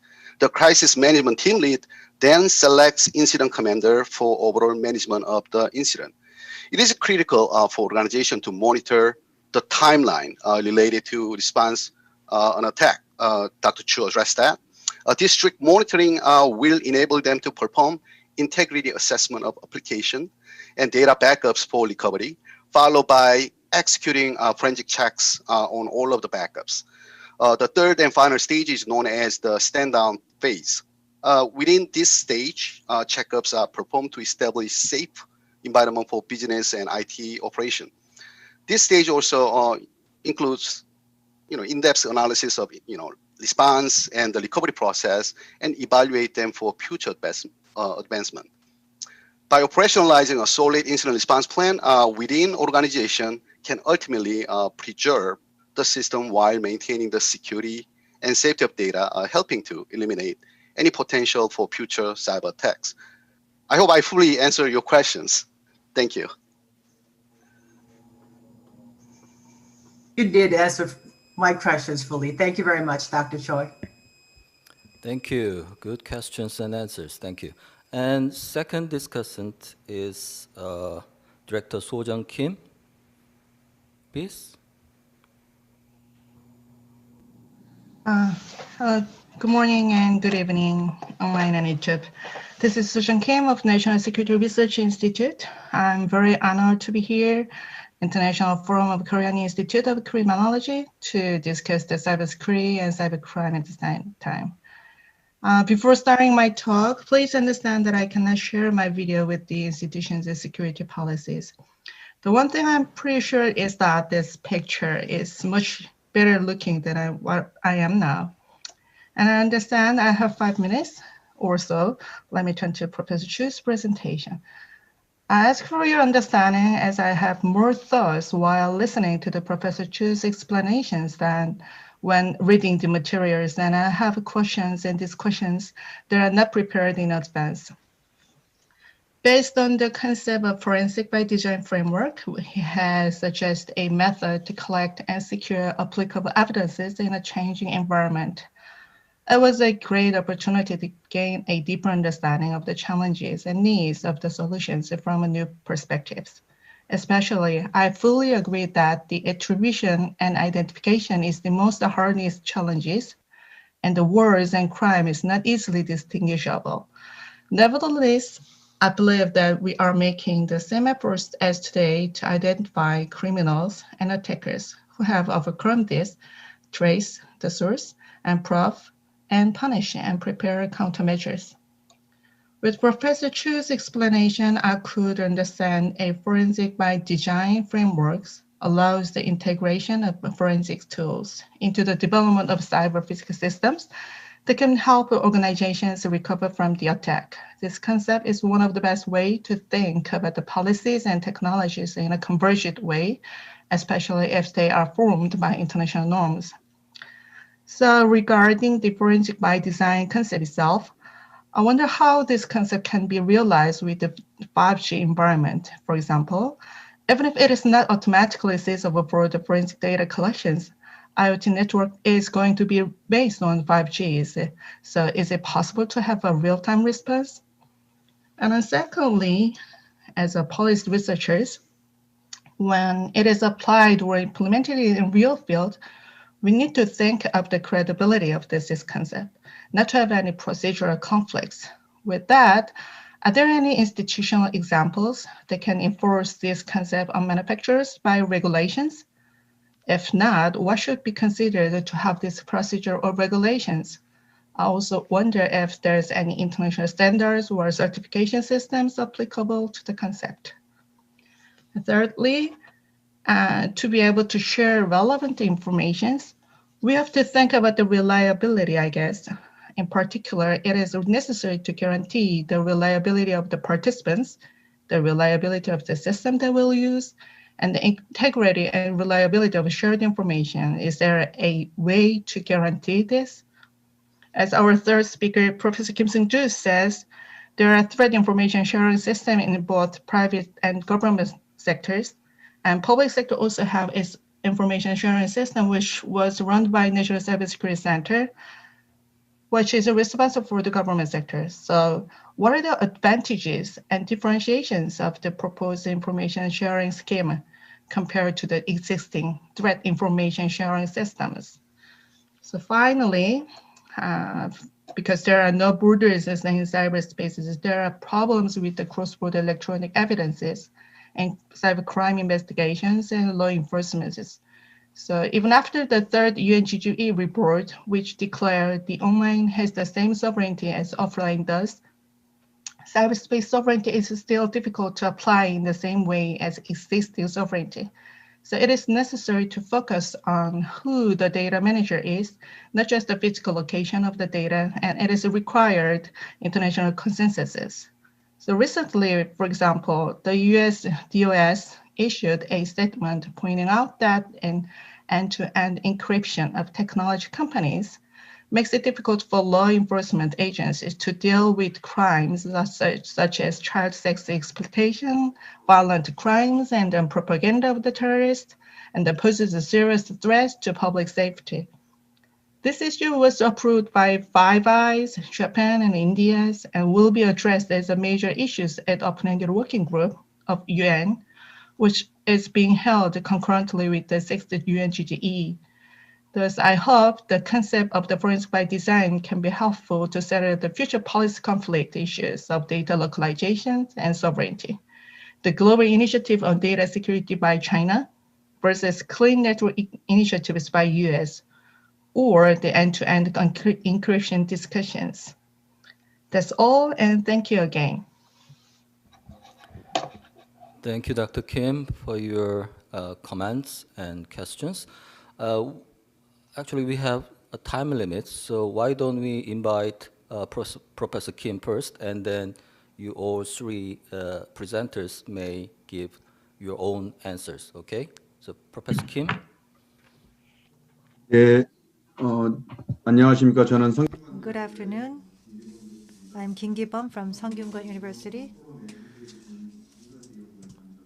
I would like to thank the organizer once again, KIC, for the invitation, especially our first speaker, Dr. Che. That was a very interesting presentation, very useful presentation as well. And Raymond Chu, he's my Facebook friend. And also, I subscribe to his publications as well, so I'm so glad to meet him as well.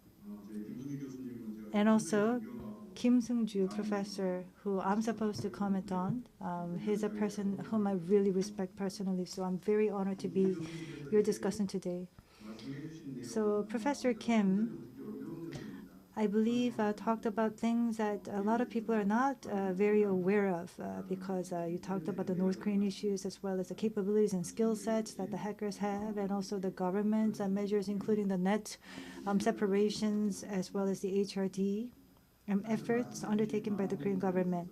Many of the things that you mentioned today, of course, I believe that I'm very much in agreement with you on many of the fronts. So I would actually like to facilitate the discussion from the point of the criminal justice. As you understand, super notes and different ways were used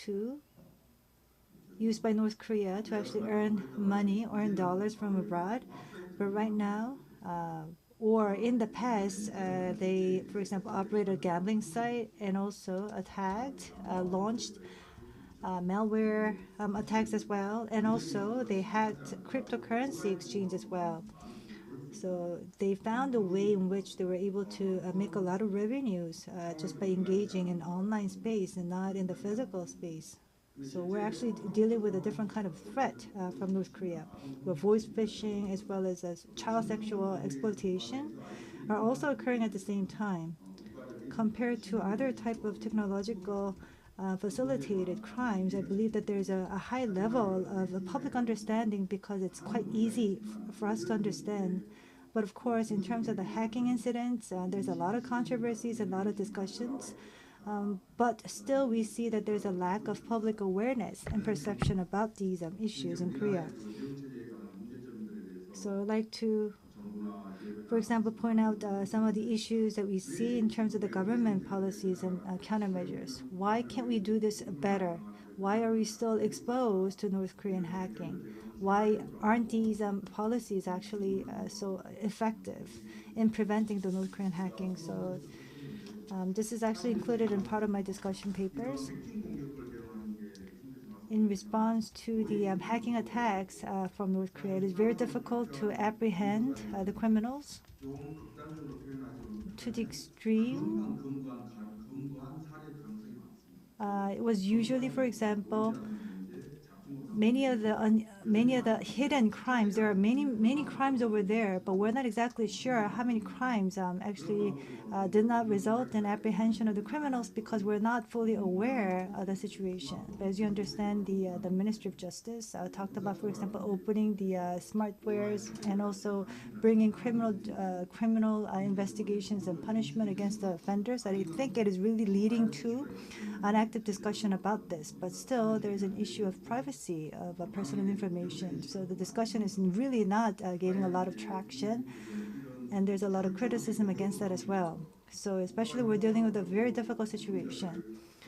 And suspects are, for example, to be apprehended by the law enforcement agencies, and there has to be some technical discussions, but still there's an issue in terms of wiretapping, online search, also the password related criminal justice, and also the NIP.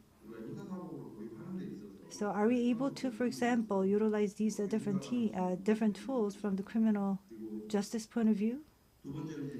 And second, there is a Cyber Threat Information Sharing Act that was legislated in the United States. But starting from 2000 as well, there has been a lot of discussions amongst the private sector as well as the public sector for sharing that information on the threats, but this is really not making a lot of progress, to be honest. KISA has a CTAST program, and there are some individual programs in place, but still, in terms of achieving the goals, information is not fully being shared, and there's a lot of criticism coming or complaints coming from the private sector as well. So why aren't we making a lot of progress in terms of sharing information? Why can't we see the qualitative improvement as much as we would like to see? What are the obstacles? Why can't we legislate this into a law? Could you share with us reasons behind this rather lack of progress in the legislation? The third question is, I think this was also mentioned by Professor Kim. Now, we're trying to technically respond to cyber attacks or attacks coming from different countries, or could, for example, take diplomatic, military actions or economic actions against such cyber attacks. But we first need to come up with a good attribution, and then we could choose and select what measures that we want to implement. But in the United States, for example, it is essential to, for example, identify precisely the attack's location and the attackers. And this is what's happening in the United States. And for example, for the the People's Liberation Army in China, for example, that their information was actually released by the FBI of the United States to find the criminals. So even if such investigation is not leading to, for example, the apprehension of the criminals, what should the Korean government do in terms of utilizing other type of diplomatic and economic tools? Where are the capabilities needed in that regards? Lastly, this discussion, I believe, has been very useful, and especially in terms of deep learning and the routine activity theory. We're dealing with a very wide range of issues today. And I have a personal thought that I want to share with you. I really want to facilitate discussion on this point. So the keyword cybercrime, do you think this is really a sustainable notion? This is quite a fundamental issue that I want to pose, because cyber-physical system was mentioned, IoT, and also cyber war was also mentioned. As you can see from the nth room, there were, for example, sex criminals over there who were demanding the girls to, for example, take photos and images of themselves, and they were actually, the photos and the images were being taken in the offline world, and they were actually being transmitted and shared with other users in the online world. So can we really say that we're only dealing with a cyber issue, because there's a hybrid, the mixture of offline and online crimes over here? So we see this mixture and complete convergence between offline and online. So the keyword, the notion of cybercrime, do you think it's still relevant? I try to do some research myself, and I did that research for Japan as well. So that term was specifically used when Japan actually acceded to the Cybercrime Convention, but I'm not exactly sure whether that notion is still relevant in Japan. So my basic question is whether that notion is still relevant and sustainable. Thank you. Well, is there anyone online who would like to make comment or question to speakers? Okay, then. We have lots of questions, so I'd like to give each speakers 1 to 2 minutes. So Professor Kim first, and then Professor Layman Chu, and then Professor Che. Professor Kim, please. Yes, thank you. Professor Kim asked a question about the balance between the public safety and individual privacy. In fact, this issue is called as a crypto war in the United States and have been debated from the Clinton administrations. Due to the recent Corona-19, this debate seems to be getting more attention. I think that for public safety, personal privacy may be limited to some extent. by the law. Especially in recent years, global IT companies continue to increase the strength of end-to-end encryption technologies without taking into account the situation where it is being abused. So I think this is very irresponsible. So I think that global IT companies should consider about the abuse of the security products or security functions of their product. But in what case the privacy can be restricted should be decided through public debates like this conference. And second question of the Professor Kim was about the information sharing systems. I think that in order for the information sharing systems to function properly, it must be operated according to the give and take rules. Most security companies think that their vulnerability information as important asset. This means that in order to improve information sharing systems, the government needs to consider what profit the company can get. Especially when government agencies have achieved, when government agencies get some result by using information sharing systems, government people often promote it as their own achievement. I think that this behavior needs to be restrained. Appealing to the patriotism needs to be stopped now to improve the information sharing systems at national levels. Finally, I think that cyber threats or cyber crimes are no longer technology specific issues. Now, it is an issue about diplomatics. In other words, international cooperations and information sharing and technology sharing is very important things in the area of the cyber threats and cyber crimes. So in nowadays, the Korean government say that international cooperation is important, but our government has not yet come up with the specific plans. So in the future, I think that our government needs to present a specific cybersecurity diplomacy roadmaps, such as with what countries we should make some relations for what. So I think that to prevent more and more detailed cyber crimes, we should make some global relationship than before. I think so. Thank you. Thank you. Professor Raymond Chu. I agree with Professor Kim's from Korean University's comment about cybersecurity, and also the other panelists about cybersecurity is not just about technology issue, but it's also political, diplomacy, and legal, and so on.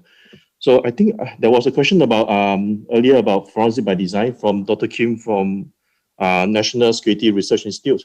So when it comes to forensic by design, there's also another term that's somewhat used in the literature as well. So it's forensic readiness. So I think in one of our comments, you asked about whether there's any international standard. I do not believe there's any international standard for forensic by design, but there are some. I think there is an international standard that's somewhat related to forensic readiness. So in the sense that we design systems to make sure that it's forensically friendly or ready, that can help us to collect evidence when an incident happens. And also when it comes to real world examples of a forensic ready system, I'm not sure if I'm aware of any. And again, the audience can point me in that direction, because, and again, I think forensic by design is a concept that's somewhat fairly new and not really taken off yet, because as similar to cybersecurity, it's not just a technical issue, but it's also legal, privacy, because when it comes to GDPR or even in Korea, you have your own privacy legislation. There are privacy considerations as well. And I think earlier, Professor Kim from Korean University mentioned about information sharing. Companies are reluctant to share information beyond their companies, beyond their organizations. So I think that is also going to be challenging when it comes to design forensic by design, because first of all, you have, in most cases, forensic by design, I mean, this type of digital black box, you have to store information, you have to make sure that it's secure, Basically, it's the integrity and also the confidentiality of the data. But at the same time, it'd be useful to actually share this information because all these are cyber threat intelligence. Because the thing is, an incident that's targeting or affecting one company can also affect other companies within the same region, within the same country, or even internationally. So by sharing all this cyber threat intelligence, we are actually able to, as an ecosystem or as a industry or even as a country, we are able to actually understand what is a cyber threat landscape as of now, so that we can better respond as a collective entity, not just as one individual organization. So that's why I can see the value of information sharing as well as digital forensic reports, because they come hand in hand. Again, when it comes to forensic by design, I'm kind of jumping between information sharing and forensic by design, because forensic by design we collect evidence, and this evidence can be used to train machine learning models to actually help us understand the cyber threat landscape. So in a sense, these are actually cyber threat intelligence as well. So they kind of go hand in hand. Does that make sense? Okay, thank you. So I think that's it for me. Thank you. Professor Choi, any comment? Yeah, I'm sorry, like I had a kind of fire alarm ran off, so I was panicked a little bit. So everything's okay. So I want to address a question from Dr. Kim regarding definition of cybercrime. I know that that's a very interesting kind of question we've been actually cybercriminality kind of working on. And even day one, yesterday, like, Dr. McGuire was talking about, like, if there is any definition, even difference between computer crime and cybercrime. So to be honest, like, cybercrime, as Dr. Kim mentioned, maybe it's a kind of disappearing, right? And so there's no kind of boundary, like, physical crime and the cybercrime. And so which one comes first? And that's a kind of big question we are asking all the time. But however, I see computer crime, that is a clear ingredients right there. So I see data manipulation. So is it, does it network require for the computer crime? No. So it doesn't have to be. And even like, take a look at 50 states of United States law, 48 states clearly they have computer crime definitions. So I think, of course, like, all the sanctions different, and so there's a universal definition for computer crime yet. And some states really regulating ransomware, but some states don't. And that's the reality. So I think we should work on computer crime definition first, then move on to cybercrime, because cybercrime is such a big and broad. We don't know, like, what's the boundary between. So, I talk to my students all the time, and day one, day learning definition of computer crime and cybercrime. That's what we do and practice. So hopefully we have at least universal definition for computer crime. That's my comments. Thank you. It's time to close session 3, and I'd like to thank you again for all speakers and discussants, and all participants online. I can see chatting message from California. Thank you. And now we will have 20 minutes break by 11:50, and we will be back with session 4. Thank you. Thank you very much.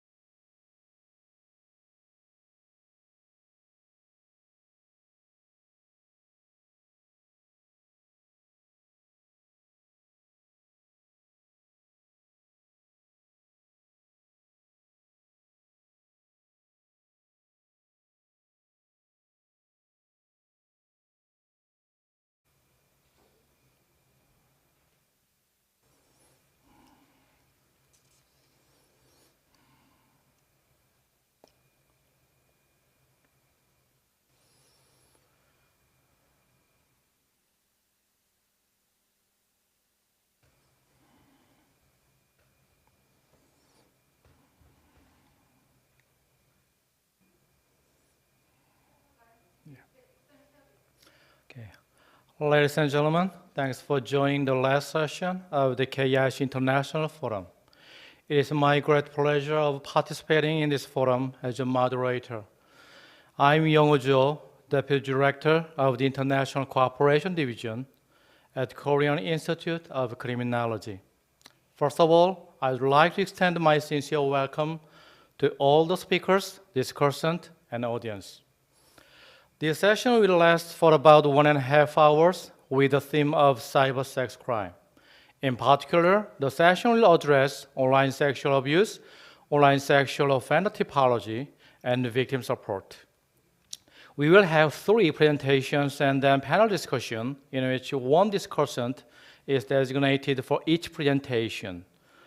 This session will be live streamed via YouTube, and Korean English interpretations are provided. I have no doubt that this session will help you better understand cybersex crime, and you will enjoy it. Before we start, let me remind speakers and discussants, because our schedule is a little bit behind, so please have each presentation within 20 minutes and each discussion within 10 minutes. Now I'd like to invite the first speaker, Dr. Adam Basler, Professor and Chair of the Department of Criminal Justice and Criminology at Georgia Southern University. Dr. Basler is a board member of the American Society of Criminology Division of Cybercrime, the International Interdisciplinary Research Consortium on Cybercrime, and the European Society of Criminologists Working Group on Cybercrime. His research focuses on the applicability of criminological theories to cybercrime offending and victimization, and the law enforcement response to cybercrime. His topic is image-based sexual abuse, revising legislation to match the behavior and not the intent. Let's welcome Dr. Basler. Dr. Basler, please.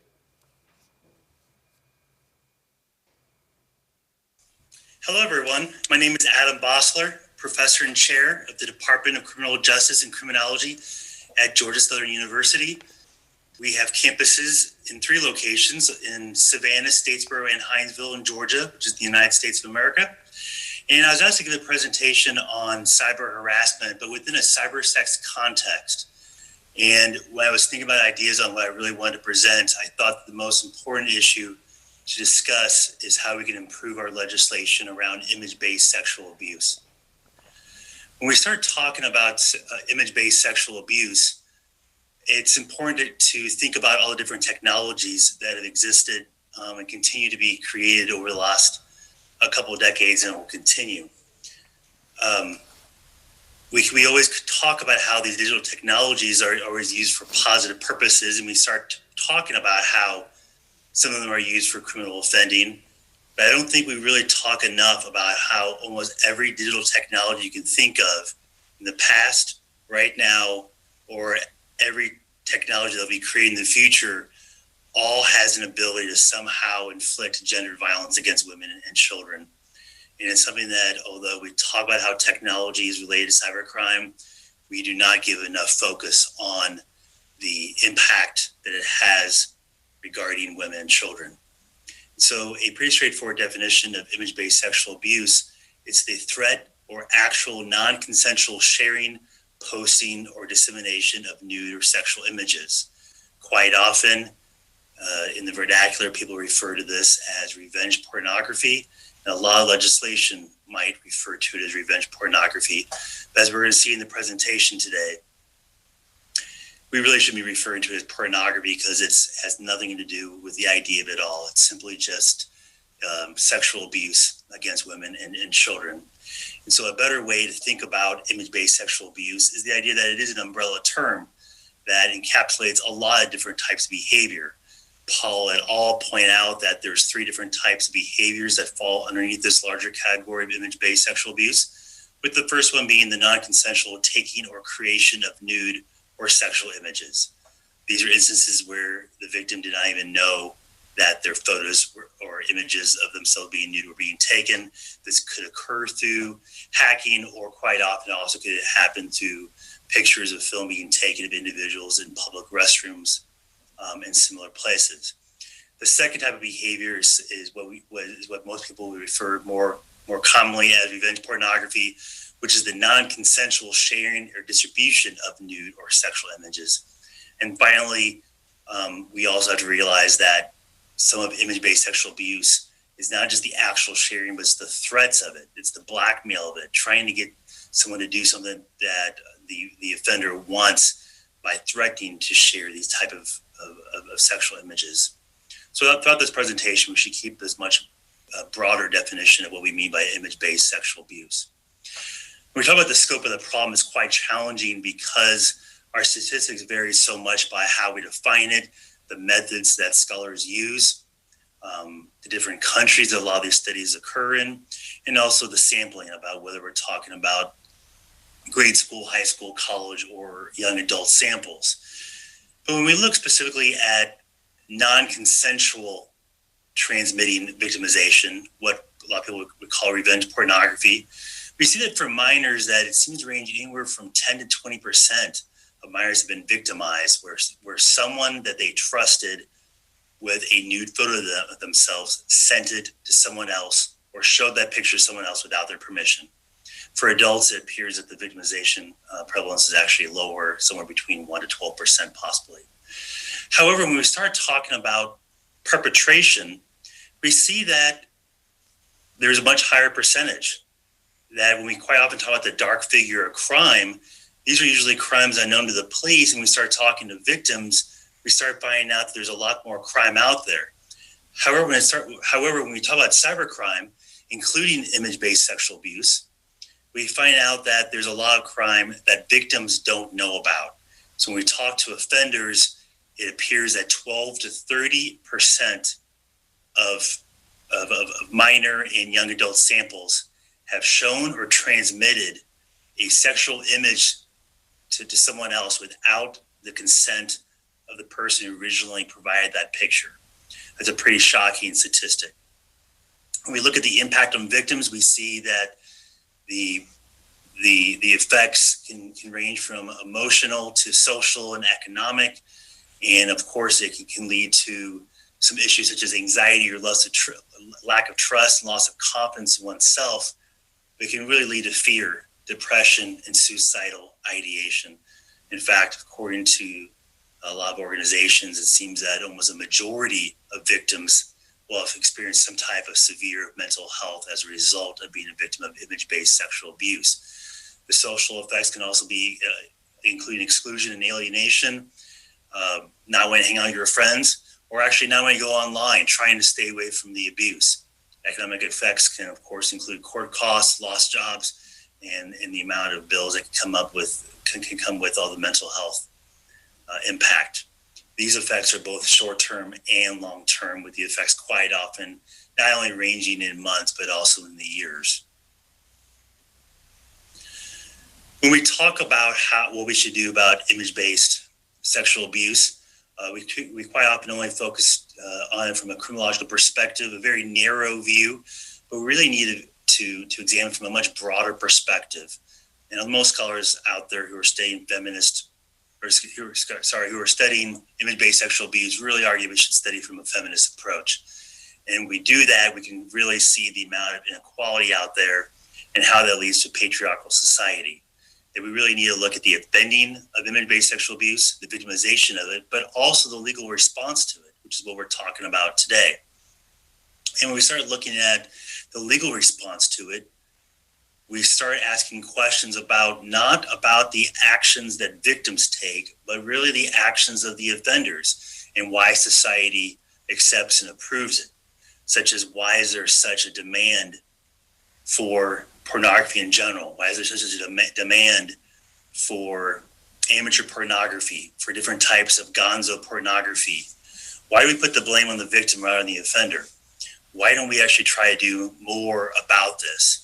And quite often when we look at why we don't do more about this, it tells us a lot about our surroundings and the society we live in. So we need to start taking this much more seriously in a feminist perspective as an important way to deal with this, because we won't be able to legislate our way out of it. We really have to do more about gender inequality in general in our society and try to erode the culture of humiliation that exists in general, but especially attacks women and children.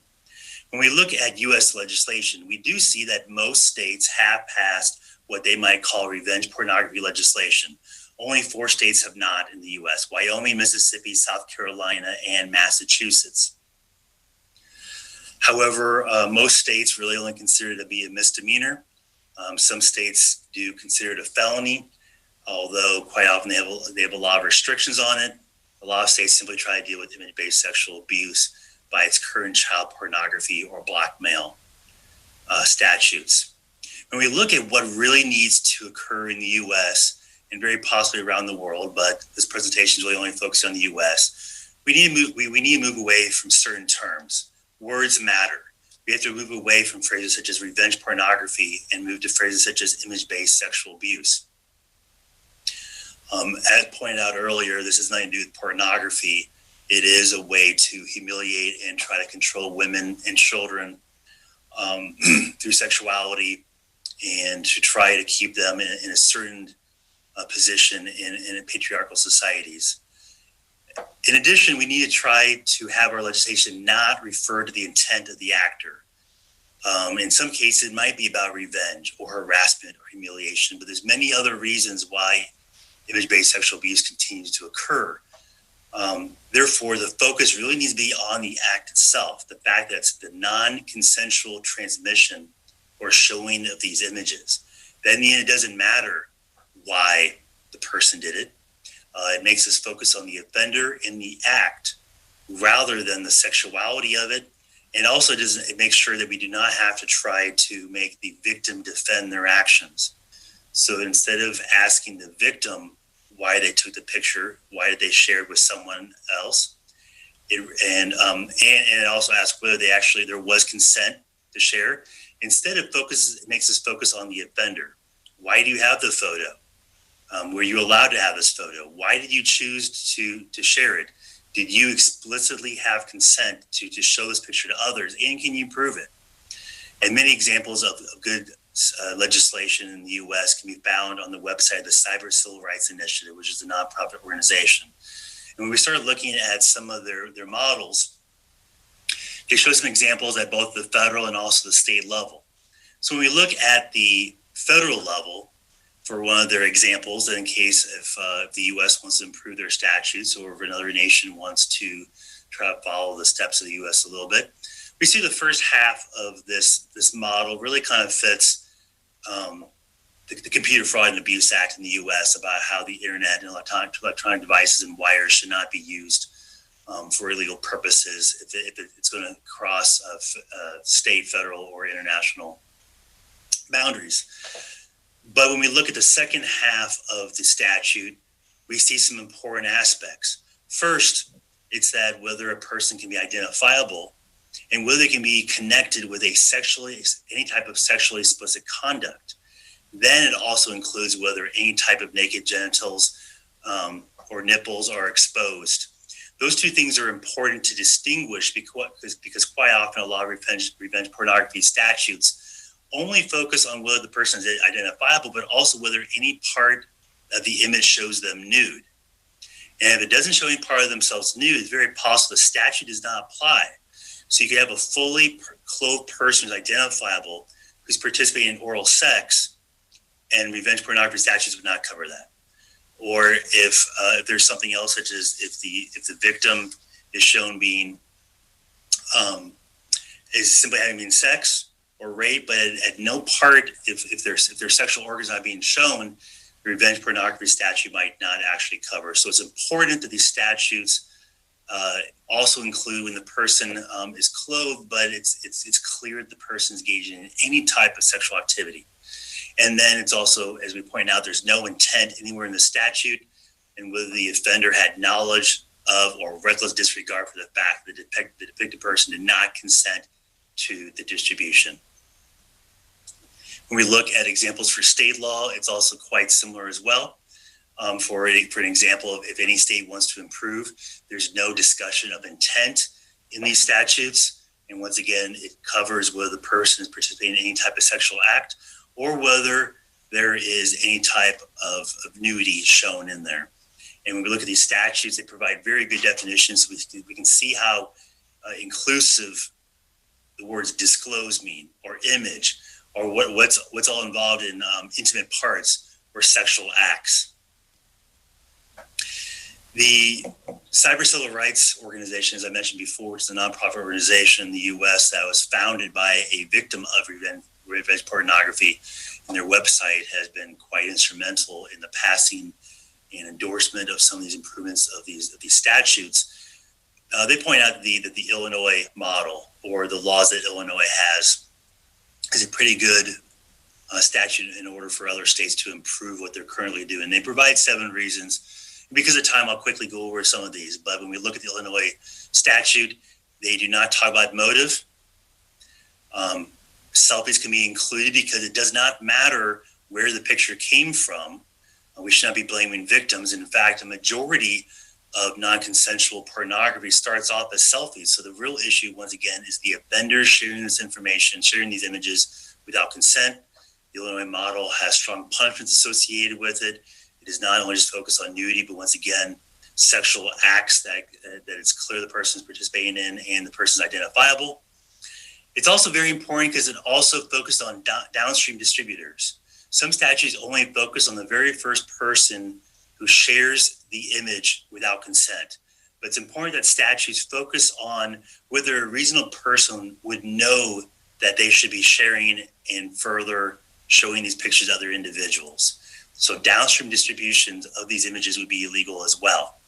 It honors the First Amendment, meaning that it allows for legal pornography. It also allows for people to report these images to the police. It allows law enforcement to share these photos with other law enforcement agencies in order to do investigations. And also specifically discusses doxing, where quite often we see over half of these types of illegal images provide images and information on the victim. So it makes it illegal for individuals to contact these individuals, to contact the victims and to harass them. We should point out that this is also very relevant for South Korea as well. Over the last several years, there's been quite a few international cases of revenge pornography, or also MOCA, the illegal filming of people with hidden cameras. And although there has been some statutes passed over the last couple of years where distribution of revenge pornography is up to 3 years of prison, and if it's actually filmed illegal, it might be up to 10 years, we see that the fines associated with these offenses are quite low. That in US dollars is only $4,500 or possibly $9,000 even for a felony.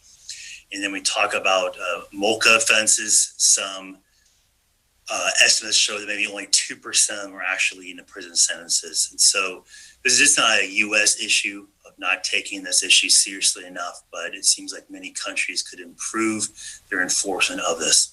So how do we move forward? In the last couple of minutes I have, how do we move forward with this?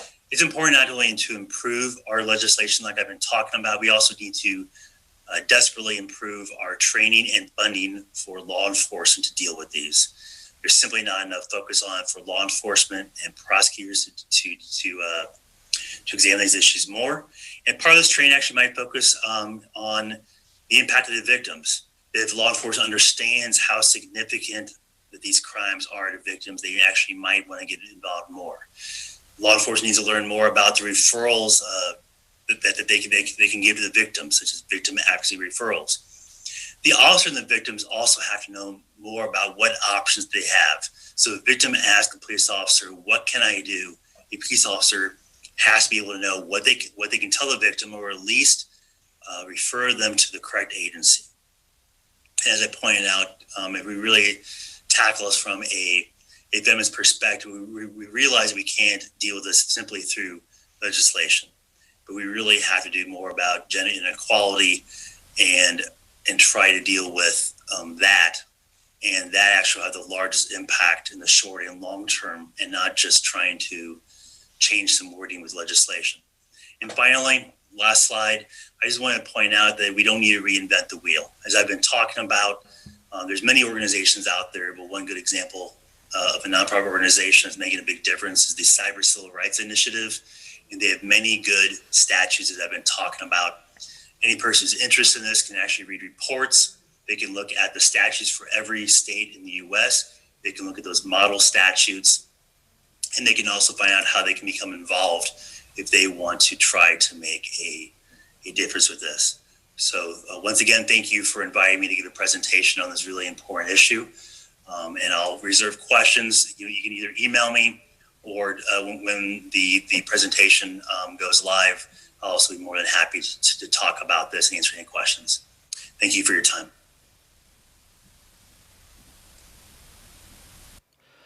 Thank you very much, Dr. Basler, for your presentations. And we are going to have discussion panel later when you finish all the presentations. We are going to have the second speaker, Dr. Ashley Ball, Senior Research Associate in West Edge Health and Justice Program. Dr. Ball has conducted research and evaluation on diverse topics, including training for law enforcement, tasked with investigating technology-facilitated crimes against children, and innovations for intimate partner violence offender, among others. Her work has been published in prominent academic journals, including Psychological Assessment, American Journal of Preventive Medicine, and Violence and Victims. Her today's topic is examining online sexual exploitation of children, offender typologies. Please join us in welcoming Dr. Ball. Dr. Ball, please.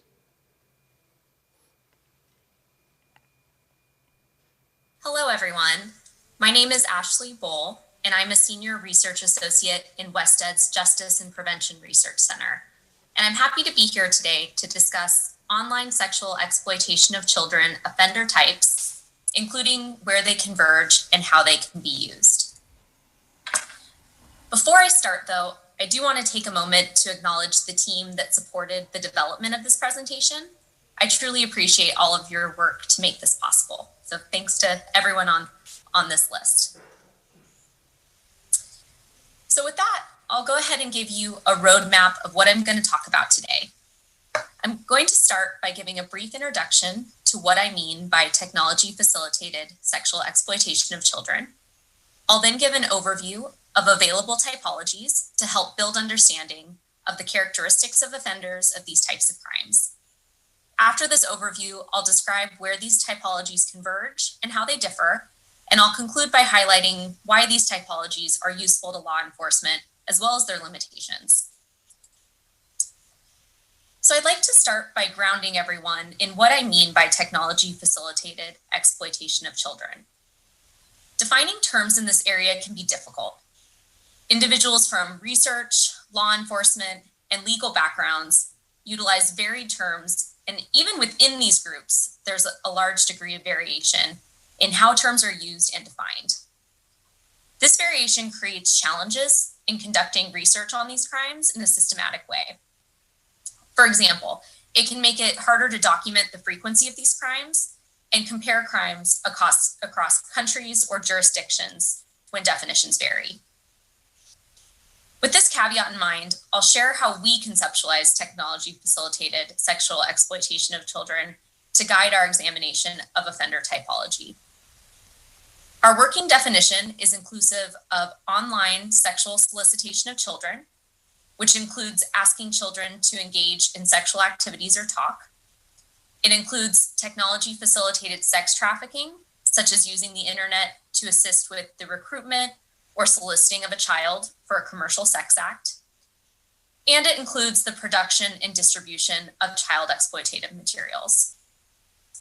This definition may be helpful to keep in mind as we think about the volume of these crimes and the types of offenders who commit these crimes. We know that technology-facilitated sexual exploitation of children is a large and a global issue. For example, since 1998, when the cyber tip line for the National Center for Missing and Exploited Children, or NCMEC, was created in the United States, they have received more than 74 million reports of potential child exploitation, including abusive images of children, online enticement, child sex trafficking, and child sexual molestation. In 2019 alone, the cyber tip line received more than 16.9 million reports. The constantly evolving and anonymous nature of the internet allows offenders to engage in these crimes from locations all over the world, creating challenges for law enforcement as they try to navigate how to identify victims and apprehend offenders in this global and cross-jurisdictional context. Given the pervasive nature of this issue, researchers have attempted to develop typologies to better understand offender strategies and their motivations. Although the details of these typologies vary, they share the ultimate goal of better understanding offender strategies and motivations in order to ultimately inform decisions regarding investigation, sentencing, treatment, and supervision. So they do have the potential to be quite useful. When we go to the literature to determine what typologies should be considered to better understand offender motivations and strategies, we see that there have been numerous typologies offered to better understand these offenders, most of which emerging over the last 2 decades. So I'm going to take some time to walk you through each of these typologies briefly. The first typology was offered by Hartman and colleagues, and it was published in 1984. And this typology was not focused on online offenders. Instead, it was focused on those who collect sexually abusive images broadly, so pre-widespread use of the internet. Although it's not specific to online offenders, you will see that the 4 types identified by Hartman and colleagues share many similarities with the technology-specific typologies that appear to have set the foundation for these more specific typologies that emerge later.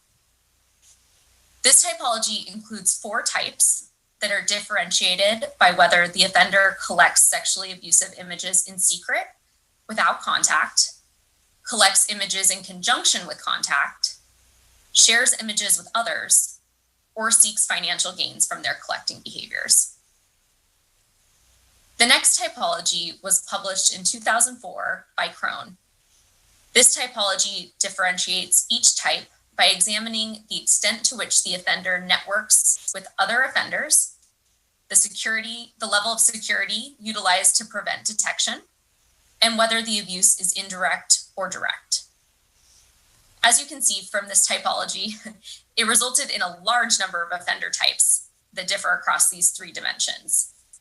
And the result of this typology is that it functions kind of like a trajectory of offending behaviors from least to most serious, with those who may accidentally view child exploitative materials, perhaps by responding to spam or accidentally clicking something on a website, all the way to those who have physically abused children, as well as those who produce and distribute materials of them or others abusing children.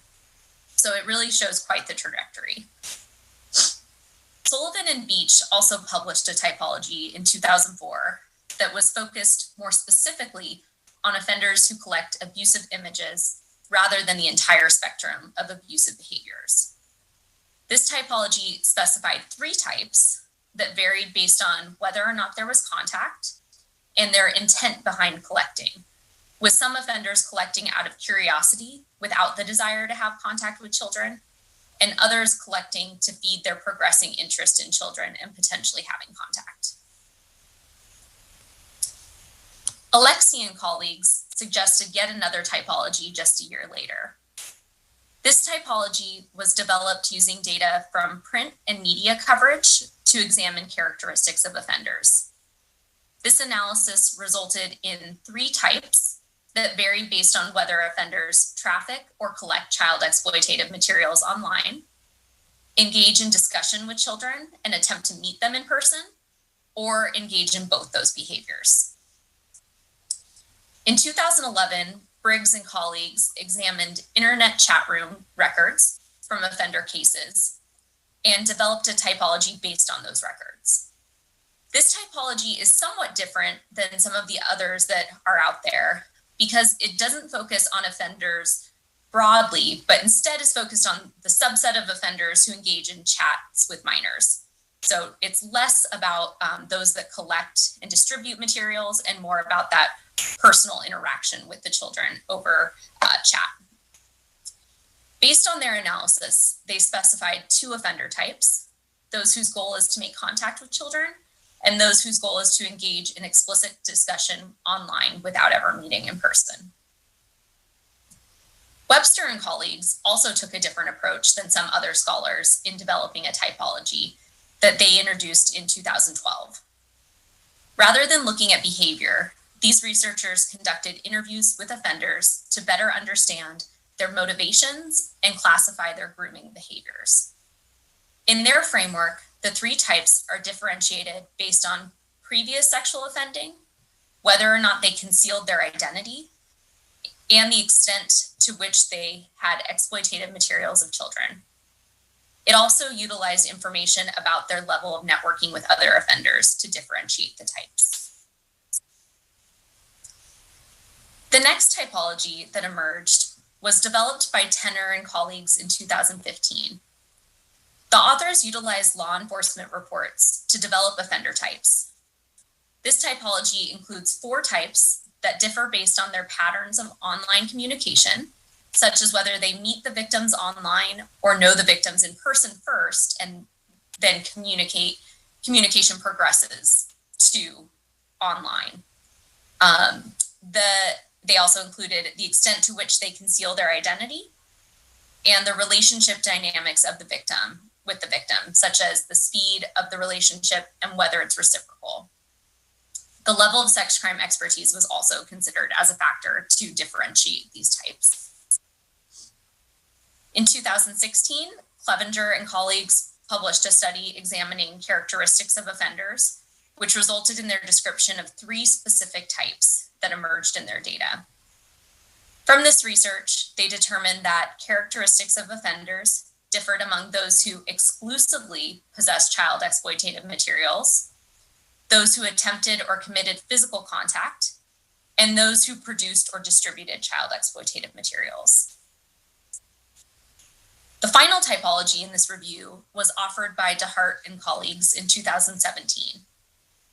To develop their typology, the researchers examined evidence from technology-facilitated crimes against children cases and identified 4 offender types.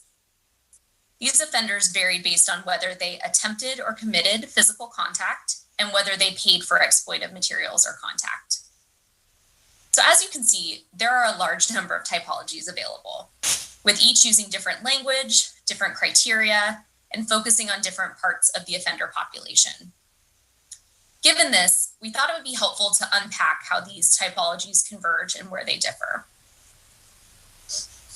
In looking at the typologies, we examined the criteria used to differentiate offenders, and this led us to 8 different dimensions that we saw used within at least 2 typologies, as well as some other factors that were used in kind of one typology but not repeated elsewhere that aren't included here. So as you can see, whether or not offenders attempted or engaged in physical contact with victims was used across all typologies. This appears to be a very meaningful differentiator regarding how an offender behaves and what their kind of trajectory of offense looks like, regardless of how the typology was constructed and what offender population it was focused on.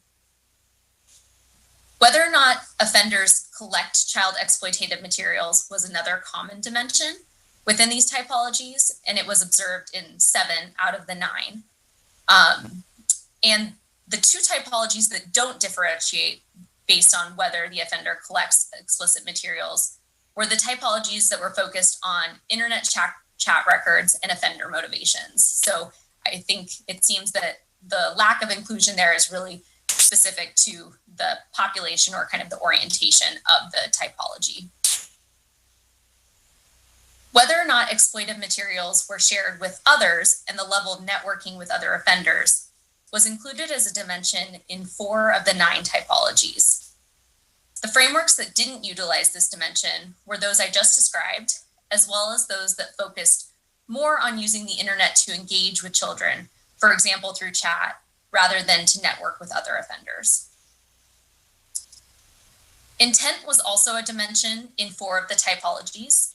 And interestingly, this dimension was utilized in nearly all of the typologies that did not include the sharing dimension.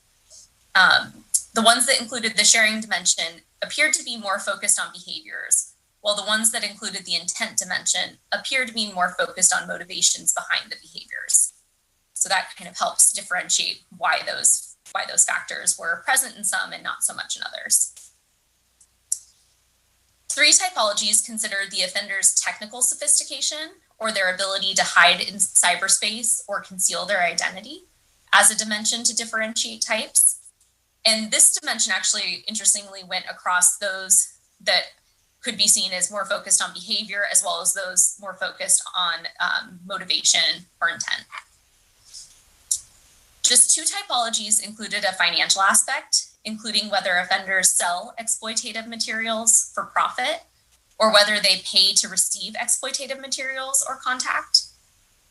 And finally, two typologies explicitly included sex crime history as a factor for differentiating offenders.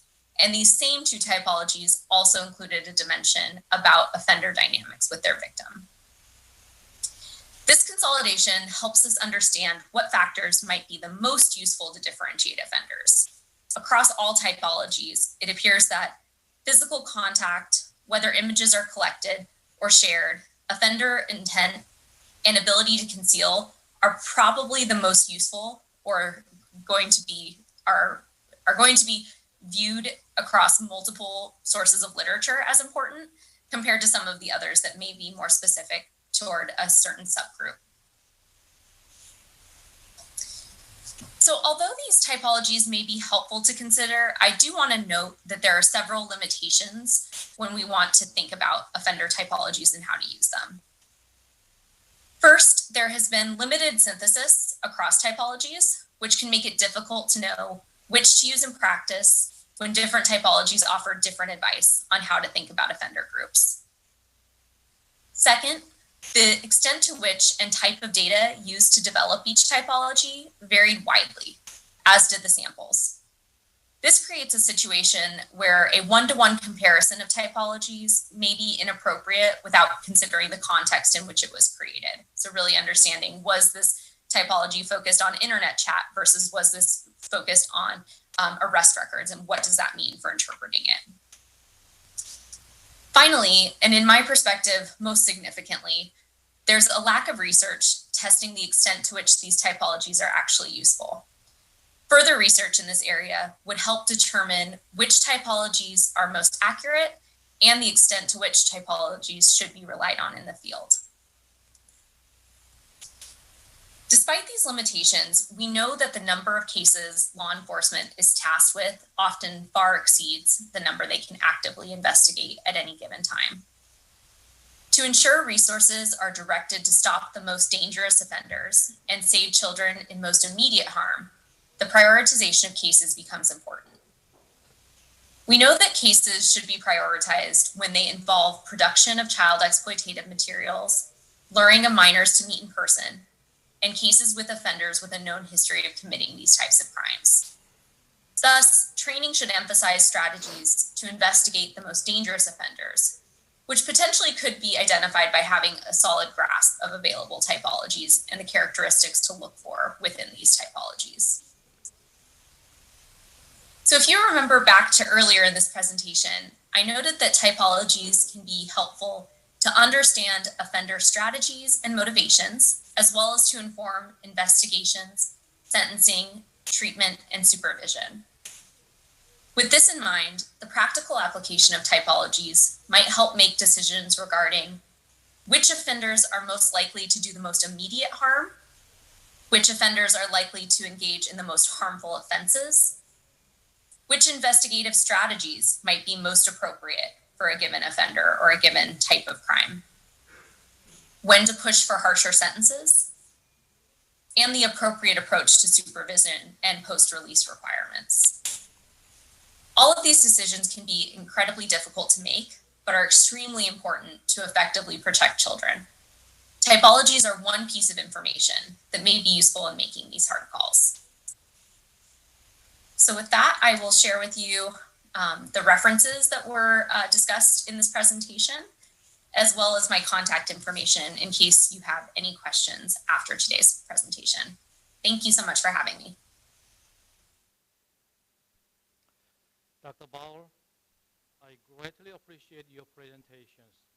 And I have a quick notice for speakers. During the session, we receive questions in the chatting window. Due to the time limit, we cannot address the questions, but it will be grateful if speakers can answer the questions. I think we have questions already, maybe for Dr. Basler, so why don't you check the chatting window? Okay, let's have the last speaker, Ms. Sung-hye Park, Manager of Advocacy Center for Online Sexual Abuse Victims at the Women's Human Rights Institute of Korea. Before joining the institute, she served as CEO of a documentary of women's video production company. Also, she got involved in many projects such as Seoul International Women's Film Festival and Women's History Exhibition Center at the Ministry of Gender Equality and Family. Her topic is understanding digital sexual violence and victim support. Please welcome Manager Sung-hye Park. Sung-hye Park, please. Hello. My name is Park Sung-hye. I'm with the Advocacy Center for Online Sexual Abuse Victims at the Women's Human Rights Institute of Korea. I would like to briefly tell you a little bit about the work that we do at our Advocacy Center.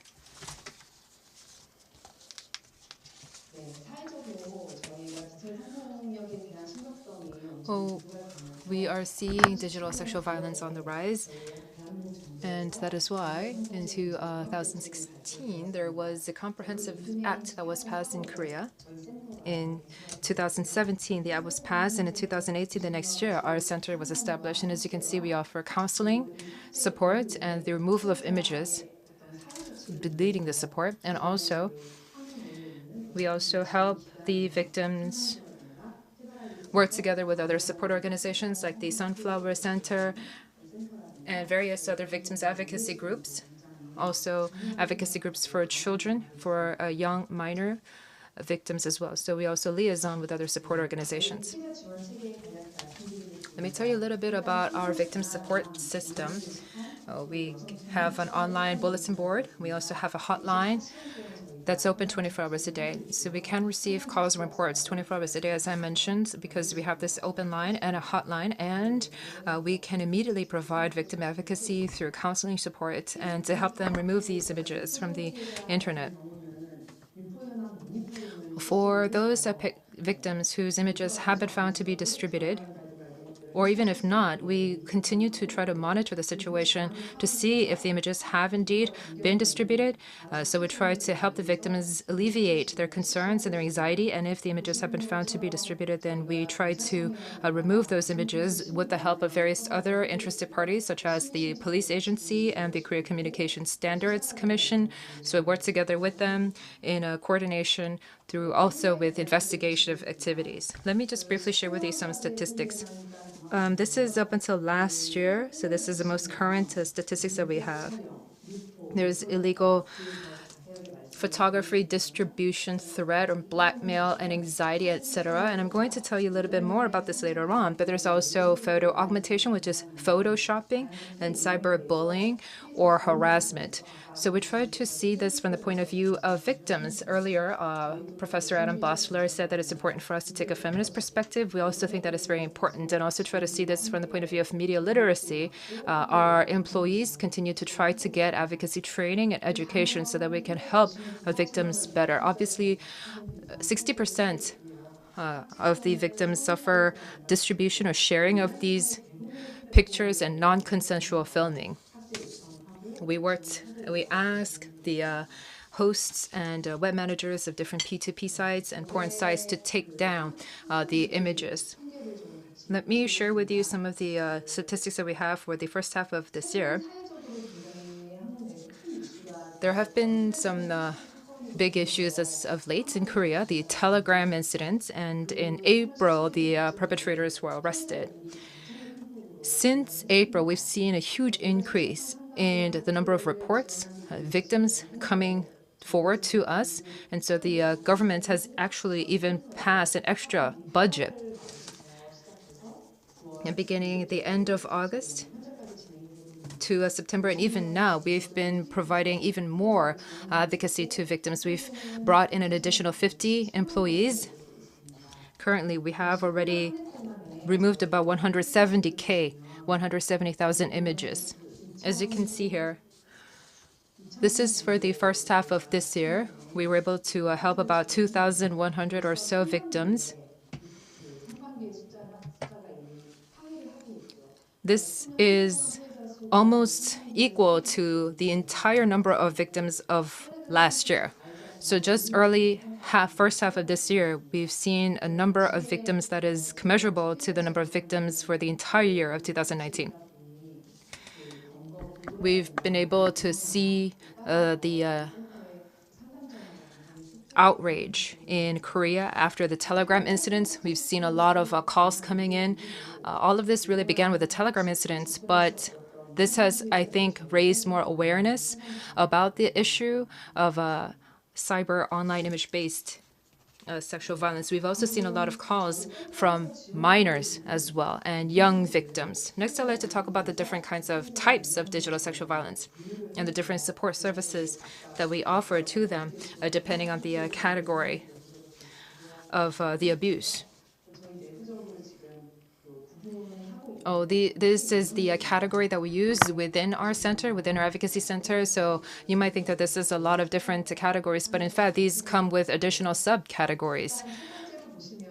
First is obviously the most well-known, which is the illegal or non-consensual filming or taking or creation of these explicit images. Maybe mostly in cases of public places like public bathrooms and etc. Many of these cases, the victims are very motivated to voluntarily report the crime, and they really help out with the authorities to try to take down the perpetrator. And then there is also the non-consensual distribution of these images. In many cases, we hear from victims who've already seen the distribution of their images online. In some cases, the videos or the images have been altered. They've been easily edited. In fact, people can edit it very easily with their smartphones now. And in some cases, the perpetrator would upload these in a series, in a story. In many of the cases, the victims become cognizant of this after the fact. And also, they hear about it through a third party. So they would call us saying that I heard from a friend of a friend that they saw my image somewhere. What should I do? When that happens, we try to move really quickly to try to monitor the situation, see where the images have been distributed so that we can take them down and remove them from the internet. In some cases, if the victim is a minor, it's difficult really to work together. We have to prove that this was non-consensual, which can be difficult, especially if it's a minor. And it's difficult for anyone really to give consent for the distribution of their sexually explicit images or videos.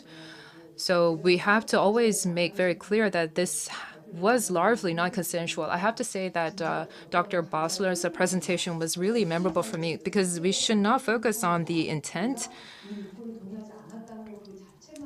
but the fact that this was non-consensual, really, it should be the most important focus. We have to really look at this from the victim point of view. And that's how we have to address the situation. And I hope that's how we can have that here in Korea as well when we revise the relevant laws. There's also a lot of blackmail involved for distribution. Even if there was no distribution, the perpetrator would threaten to distribute this to other people. This could lead to a lot of anxiety for the victim, and there could be consistent blackmail, consistent threatening.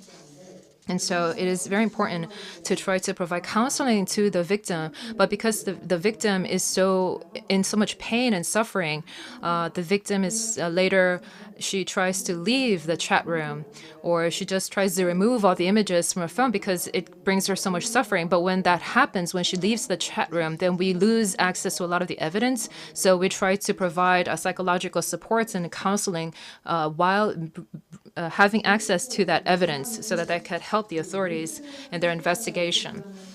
all victims are understandably afraid that there's going to be redistribution because, unfortunately, we also recognize the fact that once it is online, there can never be a perfect takedown or perfect removal of all of these images because these are files and they can be readily distributed and shared by many people and stored and saved in their other devices. And we've also seen after the Telegram incidents, many people calling into our center because they are scared and fearful that their videos and their images might be out there being shared and distributed by people unbeknownst to them. So we try to provide support, but if a person calls in with this vague fear and a vague anxiety without clear evidence of the fact that their images have been distributed, there's a limit to the kind of advocacy and counseling that we can do. We try to come up with more psychotherapy or other kind of counseling services for those types of victims. Recently, we've also seen more increasing cases of what we call body cam phishing images. So we've received a lot of calls from people when their distribution has been made through various messenger videos like Kakao and Telegram, WhatsApp. We try to work together with those developers, but it's difficult to remove all the images. This can lead to secondary or tertiary damage through online grooming and other instances, so we have to work really quickly on this. Next, I'd like to move on to sexual harassment or cyberbullying. The sexual harassment in cyberspace is a very big umbrella term, and this encapsulates many different kinds of harassment. This is not just relegated to various images. Of course, in many cases, it starts with images and it starts with videos. But other than these image-based sexual violence, there are other areas of sexual harassment. So, for example, maybe somebody would hack into another person's device to try to steal my phone. Or if I were to put my profile pic on Instagram, somebody would use that and Photoshop it with a graphic image and have that distributed elsewhere. And I'm going to elaborate on this a little bit further when I talk more about the Telegram case. The characteristics of especially minors who have been subjected to digital violence, we see that these minors, these young children are digital natives. They were really born with the knowledge of this, and they're very used to using this digital environment. And their culture is that they feel very much used and familiar using digital devices. Foundation in Korea issued a survey to about 600 middle schoolers or junior high students in 2017. Over 50%, nearly 60% of them said that you can have a friendship all online over the phone. And 21% said that I can have a romantic relationship with someone I meet online. And over 19% of them said that, yes, I've shared my pictures with somebody I've only met online. So this means that there's going to be higher instances of what we call online grooming because of all of these close personal relationships that form in cyberspace. Through one-on-one chatting, these chat forums and chat rooms, a perpetrator might advance a minor and establish a close personal relationship with them, get their images, and then distribute them. I mentioned a little bit about online sex exploitation, online sexual exploitation, together with online grooming. Rather than having this as one type of crime, they are different kinds of types of crimes that really overlap together and sometimes appear together. I have this separate slide on online sexual exploitation because I wanted to delve a little bit deeper into the different Telegram incidents that we've seen in the early part of this year in Korea. Minors, especially young children, teenagers, are very much preyed upon in these chat rooms. So their images are stolen from social media. And in many cases, some people have behaved like they are authorities, like they are the police, to get closer to minors and then get their images and then threaten and blackmail the minors, saying that they're going to distribute this online. And because of these blackmails and because of these threats, the minors feel like they have no choice but to submit to rape and other sexual abuse. The Telegram incidents were first known through the use of all of these different social media channels like Kakao Messenger and different messenger applications. So we tried to provide support in the form of having these images removed from these different messaging applications.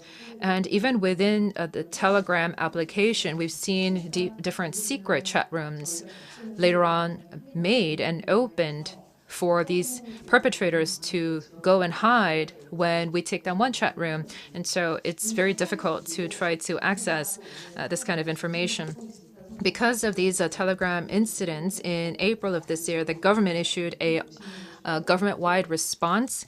And as I mentioned, they passed a supplementary extra budget, which is why we were able to hire a team of additional 50 more people into our center.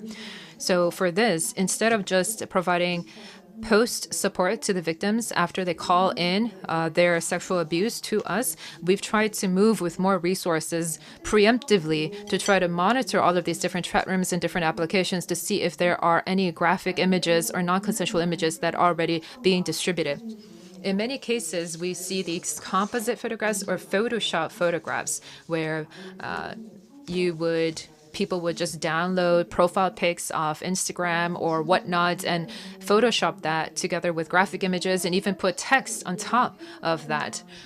And recently, we've also had the inclusion of a new provision in our relevant laws, including the use of deep fakes. We've tried to really lobby the government to try to pass this.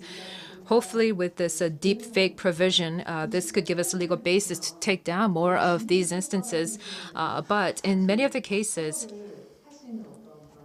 some perpetrators who have been found to sort of just sexually humiliate the victim, this kind of case has not really been prosecuted to the fullest degree that we feel it is necessary. So that is one area that we find a little bit discouraging. So next, I'd like to move on to the deletion program that we have, where we work to remove the images and videos from online, from cyberspace. I don't have a lot of time, so I'm going to try to move quickly here.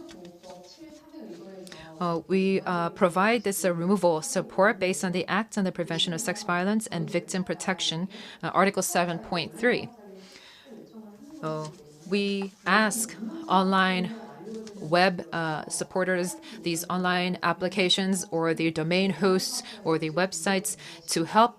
We ask them to take down and remove these images. So it's very important that we have good international cooperation and collaboration with these domains and with these servers.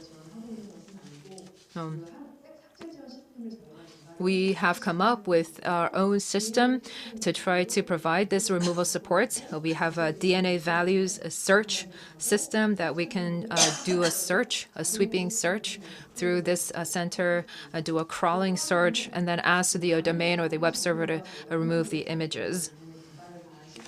We also developed this system last year with the application called WebHard in Korea. So for all web hard drives, we can do a complete comprehensive search across all of the web hards, these hard drives online in Korea to try to search for all of these images. We also work closely with the police agency, obviously, so we have a regular investigative cooperation with the police agency and obviously with the victim's consent. We share this together, share the information together with the police agency to facilitate their investigation. Lastly, I want to talk about cooperation with these online platforms. This is very important for us. At our center, we have to work closely with Naver, Google, Twitter, Facebook, all of these different platforms and websites. We are working closely with them. We also have dedicated channels for each of these different platforms. So even in this COVID-19 era, we meet them through Zoom to try to ask them to continue to work with us in removing these different images. And also these online platforms have been very active in stepping up their efforts to working with us. At our advocacy center, we really try to look at all of this from the point of view of the victims, and we try to come up with a strategic, very comprehensive support for our victims. With that, I would like to conclude my presentation. Thank you very much once again for our distinguished speakers for sharing their insightful and informative presentations. Now we move to the panel discussion session. First of all, let me introduce our discussant, Dr. Yuno Jo, professor at Dongguk University, and Senior Superintendent Jong-sang Choi, Chief of Cyber Investigation Division, Korean National Police Agency, and Ms. Seung-hee Seo, Representative Director of Korea's Cyber Sexual Violence Response Center. The panel discussion is conducted in a way where questions will be raised by designated discussant and answered one by one. As we know, we are a little bit behind the schedule, so please have each Q&A sessions within 10 minutes. Now we start with Dr. Jo. Dr. Jo, please proceed your discussion and questions. Thank you. I'm Yuno Jo in Dongguk University, Seoul, Korea. I'm glad that I have this wonderful opportunity to participate in the discussion the issue of the technology facilitated sexual crime. Today, Professor Bosler had introduced one new manifestation of a technology facilitated violence, which is the non-consensual production and distribution of private sexual images, what we can conceptualize as image-based sexual abuse. Thank you. It was truly informative. I strongly agree to the idea that the image-based sexual abuse is highly based on the gender, the violence against women and children, which has to be dealt with the feminist criminological perspective. Today, I do want to raise some questions, 3 questions about this issue in order to improve the current and the legal status of Korean criminal justice and the crime prevention policies of South Korea regarding this matter. First, Professor, I'd like to know whether there are a specific kind of rapid sexual image removal scheme for helping women, the victims in United States. I understand that the nature of victimizations and preparation were found to differ by gender, with male more likely to perpetrate this image-based sexual crime, and female are more likely to be victimized by a partner or ex-partner. In fact, there have been numerous tragic incidents in South Korea. Recently, that young female victims of image-based sexual abuse had committed suicide after they reported they victimized experience to police due to the quick spread of their sexual image on cyberspace. A second question is about sentencing and kind of penalty legal issues regarding this matter. I'm wondering how this concept of image-based sexual abuse law should be applied to individuals who simply watch and download the sexual image file instead of producing and distributing the images in United States. I wish if the Professor Bosler can delineate the differences of applying this related law to offenders who just simply download and keep these illegal files, particularly when the victims are minors. Third, My last question is related to my personal kind of experience as a practitioner. Perpetrators who engage in image-based sexual abuse have diverse motivations, such as revenge, personal revenge, building their social status, sexual gratifications, or kind of control, sense of control, or humiliation and monetary gain, and so on. This image,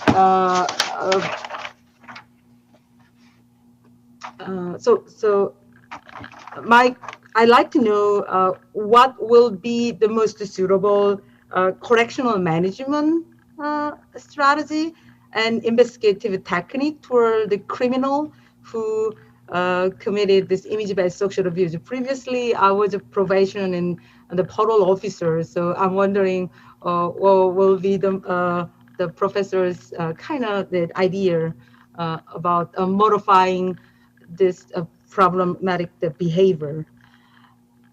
Sex offender registration and notification law is usually applied to traditional sex offenders such as rape in Korea. Moreover, policemen are not allowed to resort to entraînement officially to arrest suspect of committing child grooming crime or image-based sexual abuse in South Korea.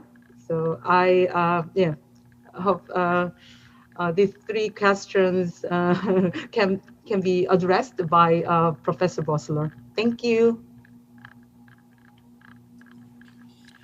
Thank you to Dr. Cho for her comments and questions. With my 5 minutes, I wanted to try to reiterate some of my key points and also try to answer and address some of her questions without speculating too much and going out of my own expertise. First, I do want to agree that when we view image-based sexual abuse, we do have to keep on viewing it as a cultural harm, as she pointed out. That's just not a crime against a specific victim, but that it occurs so frequently against women and children that we really do have to view it as the really large societal harm that it is. That over the last few years, with the Me Too movement in the US, there's been a lot of passage of laws to try to address some of this stuff. However, there is a concern that all of a sudden, because of racial injustice and other issues, that maybe some of these issues regarding crimes against women and children might all of a sudden get pushed to the back of the priority list. And so I'm hoping that what we see is that we've seen some of these laws being passed over the last few years. Just within the last 4 or 5 years, we went from 40 to 48 states, but now it's really time to do something about it, actually enforcing these laws. Regarding whether there are specific rapid sexual image removal schemes for helping victims in the American criminal justice system, I believe the answer is no. The FBI, our Federal Bureau of Investigation, does have a database consisting of all known child sexual exploitation materials, but this database is really used more for local and state law enforcement investigations when they're trying to see whether there are when they're trying to compare hashtags in suspects' computers with the known database, so they can actually see whether someone has known child sexual exploitation material, or whether the person possibly has new child sexual exploitation.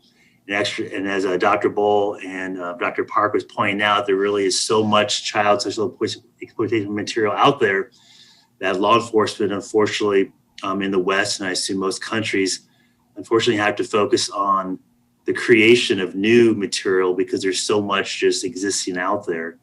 But regarding a database out there for adults for sexual images out there, the answer I think is no.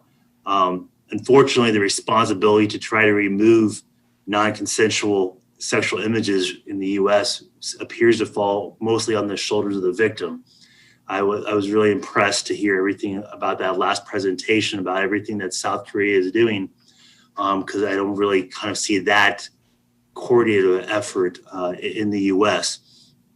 Usually victims, with the help of lawyers or nonprofits, have to contact each tech platform individually, very similar to what the last presentation was pointing out, and just keep on trying to find the images and keep on taking them down. And so it becomes a lot of obviously work for that individual, and can become very expensive if they have to also have get lawyers involved. I had talked about nonprofits such as the Cyber Civil Rights Initiative. They do have very helpful guides for victims where they provide the steps that victims can take for every single one of those platforms on how to get images removed. But that's still different than whether the U.S. has this coordinated effort to try to help victims. That still really appears to be completely on the shoulders of the victims. And that's assuming they even know that they're being victimized. I want to kind of connect this to your third question, and then I'll come back to your second question. I think this actually ties in how we can improve victim advocacy and support for these crimes. You asked several questions about investigative techniques that law enforcement can take to address these. In the U.S., offenders convicted of these crimes can be placed on sex offender registry lists depending on the state. So that is a possibility within the U.S., but there really is not much, I think, great literature in the U.S. showing that sex offender registry lists are really strong deterrence preventions. And also in the U.S., most law enforcement agencies, either through state law enforcement agencies or task force, can conduct online covert investigations trying to catch the grooming of minors.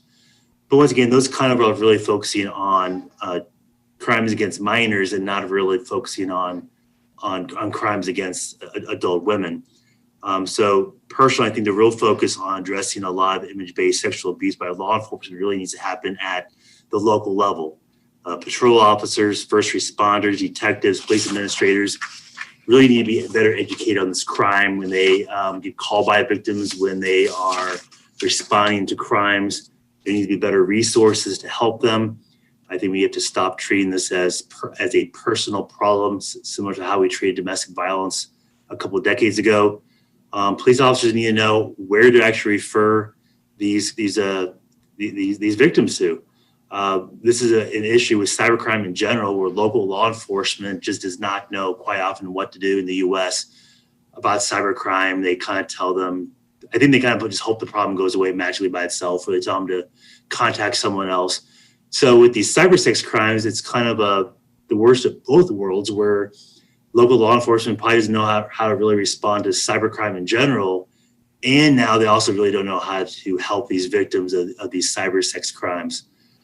So we really need better victim advocacy at the local level, that law enforcement can tell the victims, you really need to contact this agency, this organization. I can't personally help you, but you need to help them. And then hopefully that organization can help the victims start addressing some of these issues that especially was discussed in the third presentation. And hopefully a part of that could be one day a national database for image-based sexual abuse that maybe internet service providers and platforms are required to participate in. Kind of going back to your second question, you had asked about how image-based sexual abuse should be applied to those who watch and download compared to those who actually create and distribute the sexual image. I think when we're talking about the concept of image-based sexual abuse, the concept itself applies to both equally. Whether someone's distributing, downloading, or possessing these images, they're all part of the same culture that finds non-consensual pornography to be acceptable or simply to be a minor nuisance. So any activity, whether it's distributing or even just possessing it, I think easily falls underneath the category of image-based sexual abuse. When you're talking about it from a legal perspective, though, it comes down to exactly what you were asking about, whether the victim is a minor or not. If the victim is a minor, in general, a lot of our state and federal laws regarding child sexual exploitation materials can apply. And they've been around for a while. They definitely they've had to be updated because of technology increases. So in general, that's why some states haven't done a lot if the victim is a minor, because they already believe that their current laws regarding child pornography should apply already. The bigger issues quite often is what happens is when the victim and offenders are both minors, because there's the issue of wanting to protect the victim, but then also society possibly of not wanting to possibly overreact to something that is going to have decades impact on the minor offender. Or the other issue is what happens when both are adults. And that's the issue I think that gets overlooked a lot. That as we've been pointing out, of course, our most, we have to focus the most on when the victims are minors. And we only have limited resources. But that quite often means that adult females are left out of getting help on these issues. If all our resources are going to simply to investigating and prosecuting the creation and dissemination of new child pornography, not much is left, I think, to helping adult women. So a lot of what my presentation talked about regarding the creation of new statutes at the state level in the U.S., I think were necessary to help victims who were adult women, because generally they're the ones that were being ignored in our system. I hope that my answers partially addressed some of your questions, and I would love if you want to send me emails. We can talk about it further. Thank you. Thank you, doctors, for the questions and answers. Next, Senior Superintendent Jong-sang Choi, the floor is yours, please.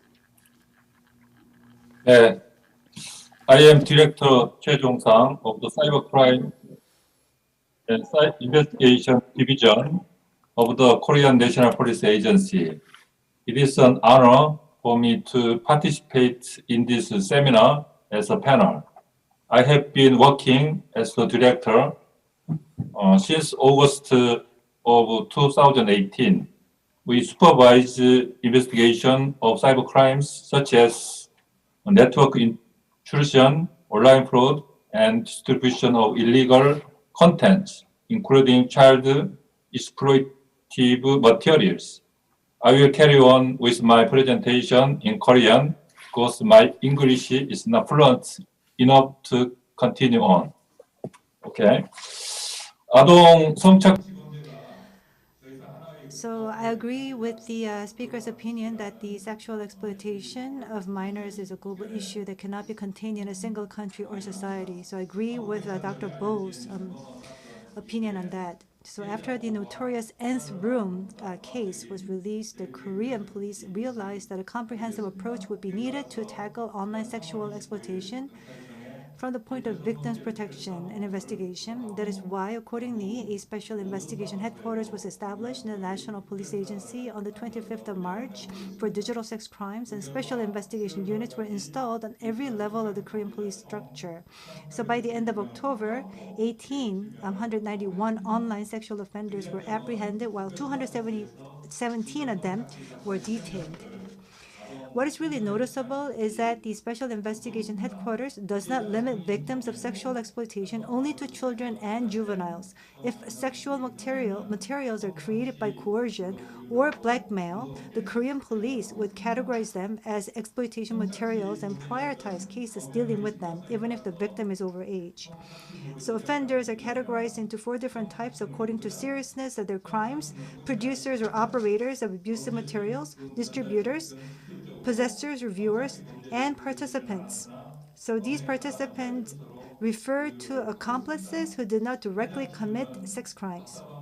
And this typology above was developed in the process of categorizing online sex offenders, whose victims are mostly composed of various illegal acts, such as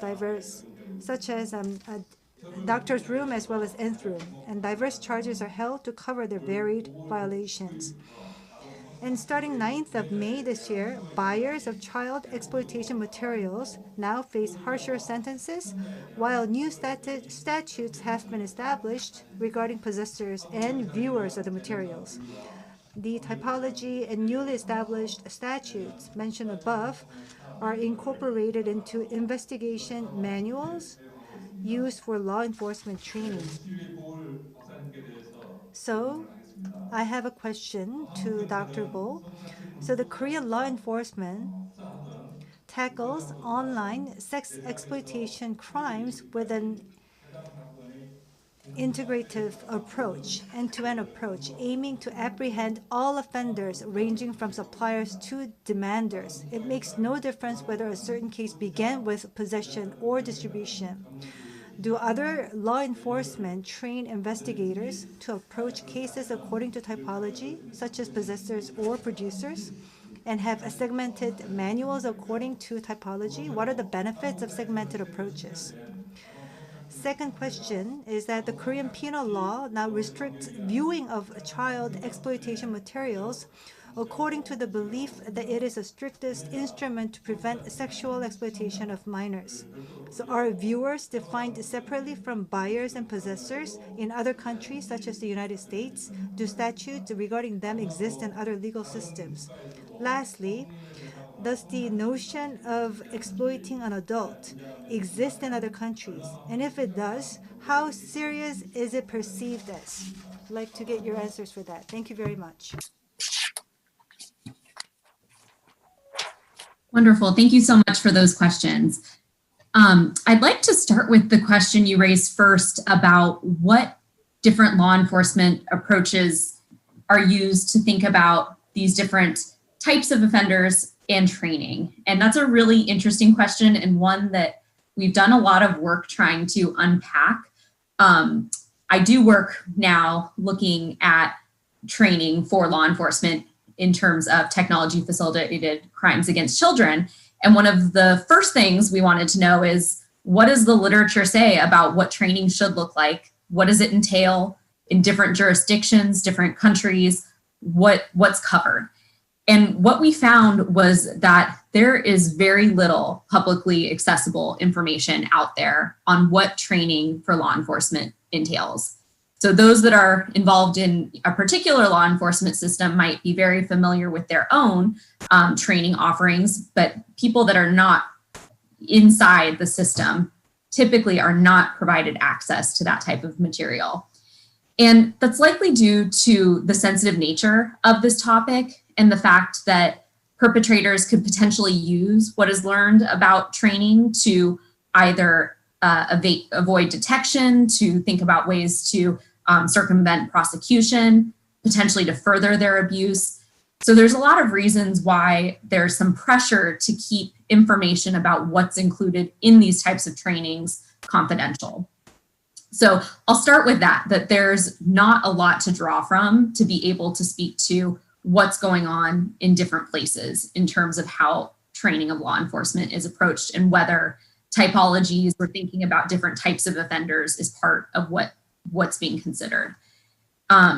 We were able to find some very limited resources that spoke to some of the topics that were covered, and offender typology wasn't something that was explicitly listed in any of the materials we identified. Instead, they were more geared toward unpacking what does technology facilitated crimes towards children entail, what are the competencies that are needed to investigate these crimes, what are some of the relevant software and hardware that law enforcement should be familiar with to work these crimes, and then also some legal issues and kind of recent court rulings that might pertain to these cases. So really not evidence directly that that's being covered. I think we could make an educated guess that typologies might be part of the discussion, at least broadly, in those kind of introductory, what are these types of crimes and who are these offenders discussions. But the extent to which typologies are linked to some of those aspects of decision-making is just not known, and quite frankly, probably doesn't exist, is my guess, at least not on a widespread scale. So there's definitely a tension there of we don't know enough to be able to say for certain what's going on in different places. Let's see, in terms of your second question, which is thinking about viewers versus buyers or possessors of these materials and what other countries are doing. I'm not super familiar with countries outside of the United States, so that's the one I can speak to most accurately, I think. So I'll stick with that. But I think this is another one where there's not a great answer. These types of crimes are constantly evolving, and statute often struggles to keep up with the different things that are happening in this field. And right now within the US, there's ongoing debate about whether an act like scrolling through a website that has exploitive content is the same as possession. But currently in statute, there's not a distinction between the two. They would, both be under the possession umbrella. There are some aspects of these crimes that are distinguished in statute. So for example, possession is distinct from receiving exploitive materials. But even with those distinctions, it still remains fuzzy because prosecutors have a good amount of discretion to be able to think about how they leverage these charges. And so, for example, there may be, they may be able to make the case that in order to possess exploitive material, you have to have received it somehow. And so both of those types of charges would apply. And so there really is a lot of latitude in that way. And so it's interesting that South Korea has already done some work differentiating those types of offenses and being able to separate those into different statutes, because I think there's a lot that could be learned about how that impacts both rates of offending and also prosecution of cases, if there are ways to kind of catch people earlier so that they don't progress to more serious offending later on. So I think that's really interesting and something that does not exist in the US to my knowledge. And then the third question about the notion of exploiting an adult. And it's funny that for that question to come up, it came up so perfectly with Dr. Bossler's presentation, because I think what he described is a really great example of what exploitation of an adult could look like. And there are, lots of countries that take that type of crime seriously. I know that countries like England, Scotland, Germany, and France all have laws around revenge pornography, making that a crime. And like Dr. Bossler mentioned, in the United States, 46 states have laws making that type of behavior illegal. And I was curious to see kind of how the states captured crimes that were focused, these types of crimes that were focused on just minors versus adults. And so I did a little digging, and it was interesting that some states really are specific to adults. And so they have these laws in place, but they're only applicable to those over 16 or 18, whatever the age of consent is. And they use the, more traditional child exploitation laws to cover any of these types of crimes that would relate to children.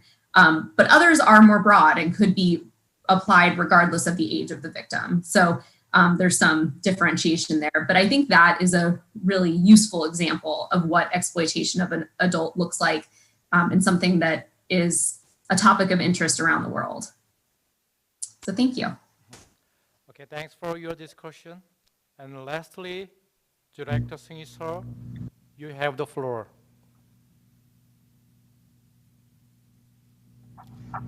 네, 안녕하세요. 서승희입니다. Yes, hello, my name is Seo Seung-Hee. I would like to thank all of the speakers for the very excellent presentations. Beginning in 2015, the feminist reboot movement has really tried to make their voices heard on cyber sex exploitation and sexual abuse. Our center, the Korea Cyber Sexual Violence Response Center, has been established in response to that. And in 2017, we've seen a lot of changes in Korea. After the establishment of the Women's Human Rights Institute of Korea, the government has announced three different measures, three master plans against cybersex violence. And we've also seen the establishment of the Advocacy Center for Online Sexual Abuse Victims, with the establishment of helping victims with the removal of the images from online. There are various regulations and laws that were implemented as well, such as the Act on the Prevention of Child Sexual Abuse, and the Communications Network Act was also amended. The new sentencing guidelines have also been strictly increased, which will be passed and go into effect this week on December 7th. And so we've seen a lot of these different changes, which to a large degree were very encouraging for us to see here in the community. However, what else can we do to try to eradicate this kind of violence altogether?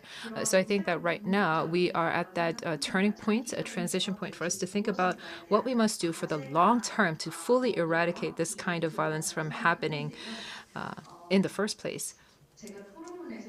And in my discussion paper, I wrote about what we have to do both from the legislative point of view and a policy point of view. So first of all, these cyber sexual violence that is not image-based should also be looked at as a crime. So there are a sexual violence that is being committed in cyberspace without the use of images or videos. And there needs to be a new implementation of punishment for online grooming. And we need to supplement the punishment for image-based sex violence for minors as well. We have to solve all of these different challenges. We shouldn't just keep that perspective where we're going to punish this because the images are graphic. That's not the focus. The Communications Act and the Communications Network Act should also be amended so that we can enforce more regulations against the different platforms and the websites to try to have them more active in participating in these different advocacy efforts to help victims. We have visited CCRI, as Dr. Bosler said, in the US. Because there are many different websites that are hosted in the US with servers in the US that have all of these different images. So it is important for us to engage in international coordination to have a sort of a law on Innotech to make this all possible. In terms of policy, we need to have a comprehensive national support network to try to provide relief to victims. Right now, we do have a very good support network here in the metropolitan area around Seoul, but the victim advocacy network is not very expanded in the smaller towns, especially the rural towns and smaller cities across Korea. And so we need to expand that network. And also we have to we need to move beyond just removing the images, but also try to do more in terms of a criminal punishment and extend investigation to look at these different websites and the platforms. There are these different nationwide support systems for victims, but many of them are also not accessible to victims, so we have to improve the accessibility for victims to them. Cyberspace is also a space in and of itself, so we have to find different creative solutions to try to intervene in this space and try to provide more relief in this space. These are some of the different comments that I wanted to raise. And what we can do in terms of responding to the challenges for image-based sexual violence going forward. And I wonder what Ms. Park thinks. What are the different challenges? What are the most important challenges that you see right now for us to do in terms of eradicating image-based sexual violence? Yes, thank you very much. We are the only public institute offering this kind of advocacy to victims of image-based sexual violence. And I would like to take this opportunity to thank Seo Seung-hee because she's been very active in providing us with support when we were first founded. They have a longer presence and longer history than us. So I'd like to thank her and her team for providing us with a lot of advice and support. I know that just removing the images and videos are not a completely effective scheme. It's not a perfect scheme because, as I mentioned before, a lot of these will be distributed further, and it's not completely fully enough to help and support the victims. They need other different kinds of multifaceted support. But we thought that removing these images is still very important, which is why that's what we decided that we should do, because this is something that we could do with a public focus. Because we're a public, government-sponsored organization, we thought that that would give us more reach an influence over platforms and tech companies. So that's why we thought that that would give us more influence to work with them to remove the images. And we also felt it was very necessary to provide victims with the support that they need. Removing the images is something that we can continue to do, but we are continuously working with online platforms, online IT tech companies. And we want to do further. We should move beyond just sanctioning or just removing the images after they've taken place, do something a little bit more preemptively, which is something that I mentioned in the presentation. But there's a very little limit to what we can do before the act has taken place.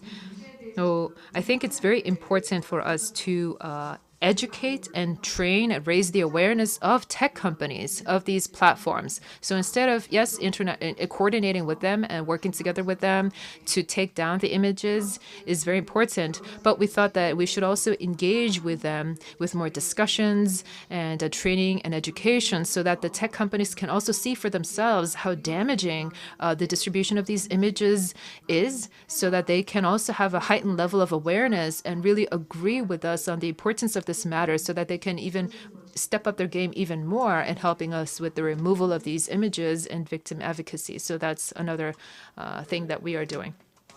All of questions and responses are very intuitive and informative to us. Thank you so much for your participation out of your busy schedule. We have reached the end of the 7th KIC International Forum.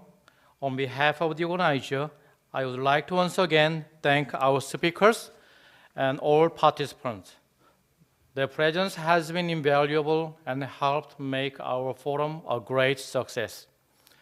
I believe that this forum provides us with an opportunity to reflect on the recent trend and issues of cybercrime, including cyber-economic crime, cybersecurity, and cybersex crime. I have no doubt that the dialogue that we have engaged in would be critical to implement effective cybercrime prevention policies. In closing, I extend my sincere gratitude to Dr. Kyung-Seok Chu, President of the Korean Society of Criminology in America, and Dr. Kyung-Sik Choi, Chair of the Cybercrime Division of the American Society of Criminology, for organizing the forum. For your information, all the presentations will be uploaded to YouTube and KIC website. And my special thanks to our staff, Seungjin Lee, Juwon Na, Seyon Jung, Min Jung Kang, and technicians and translators. Without them, it's not possible to have this forum. It's time to say goodbye because my stomach is growling. It's over 1 p.m. in South Korea.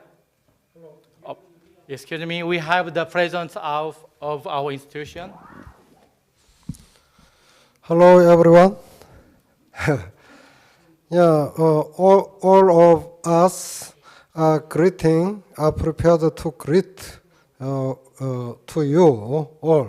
Please come, everyone. I think we have a kind of ceremony to take a picture together. So if you stay online a little bit, we can take a picture of people here offline. 감사합니다. Thank you so much for participation, Dr. Bosler and Dr. Bol. It was a great, excellent discussion. And 최정선 과장님 그리고 박성희 팀장님. Dr. Choi, Dr. Jo, and President Seo, thank you very much. This discussion has been very helpful and useful. Personally, I really like this session.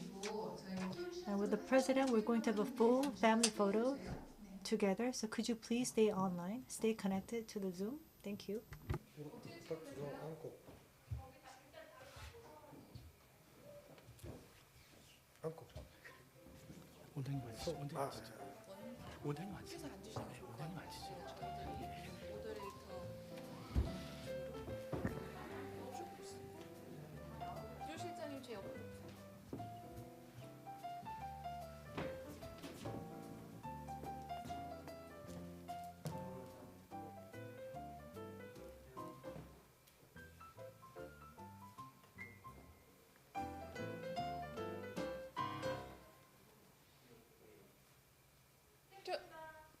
Yeah, it's last month, December.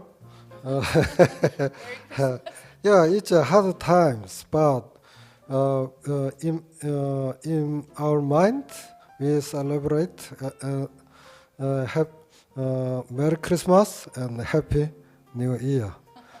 Thank you very much, all of you.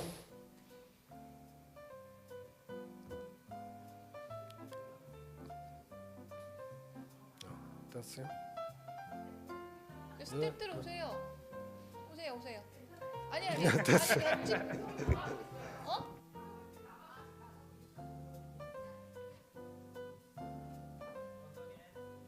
Once again, thank you, Dr. Barcelar and Dr. Ball. I hope you have an opportunity of learning the situations of cybersex crime in South Korea. And 그리고 오늘 귀한 시간 내주셔서 정말 감사드립니다. I would like to thank you very much for taking time out of your busy schedule. Say goodbye. Bye. Thank you.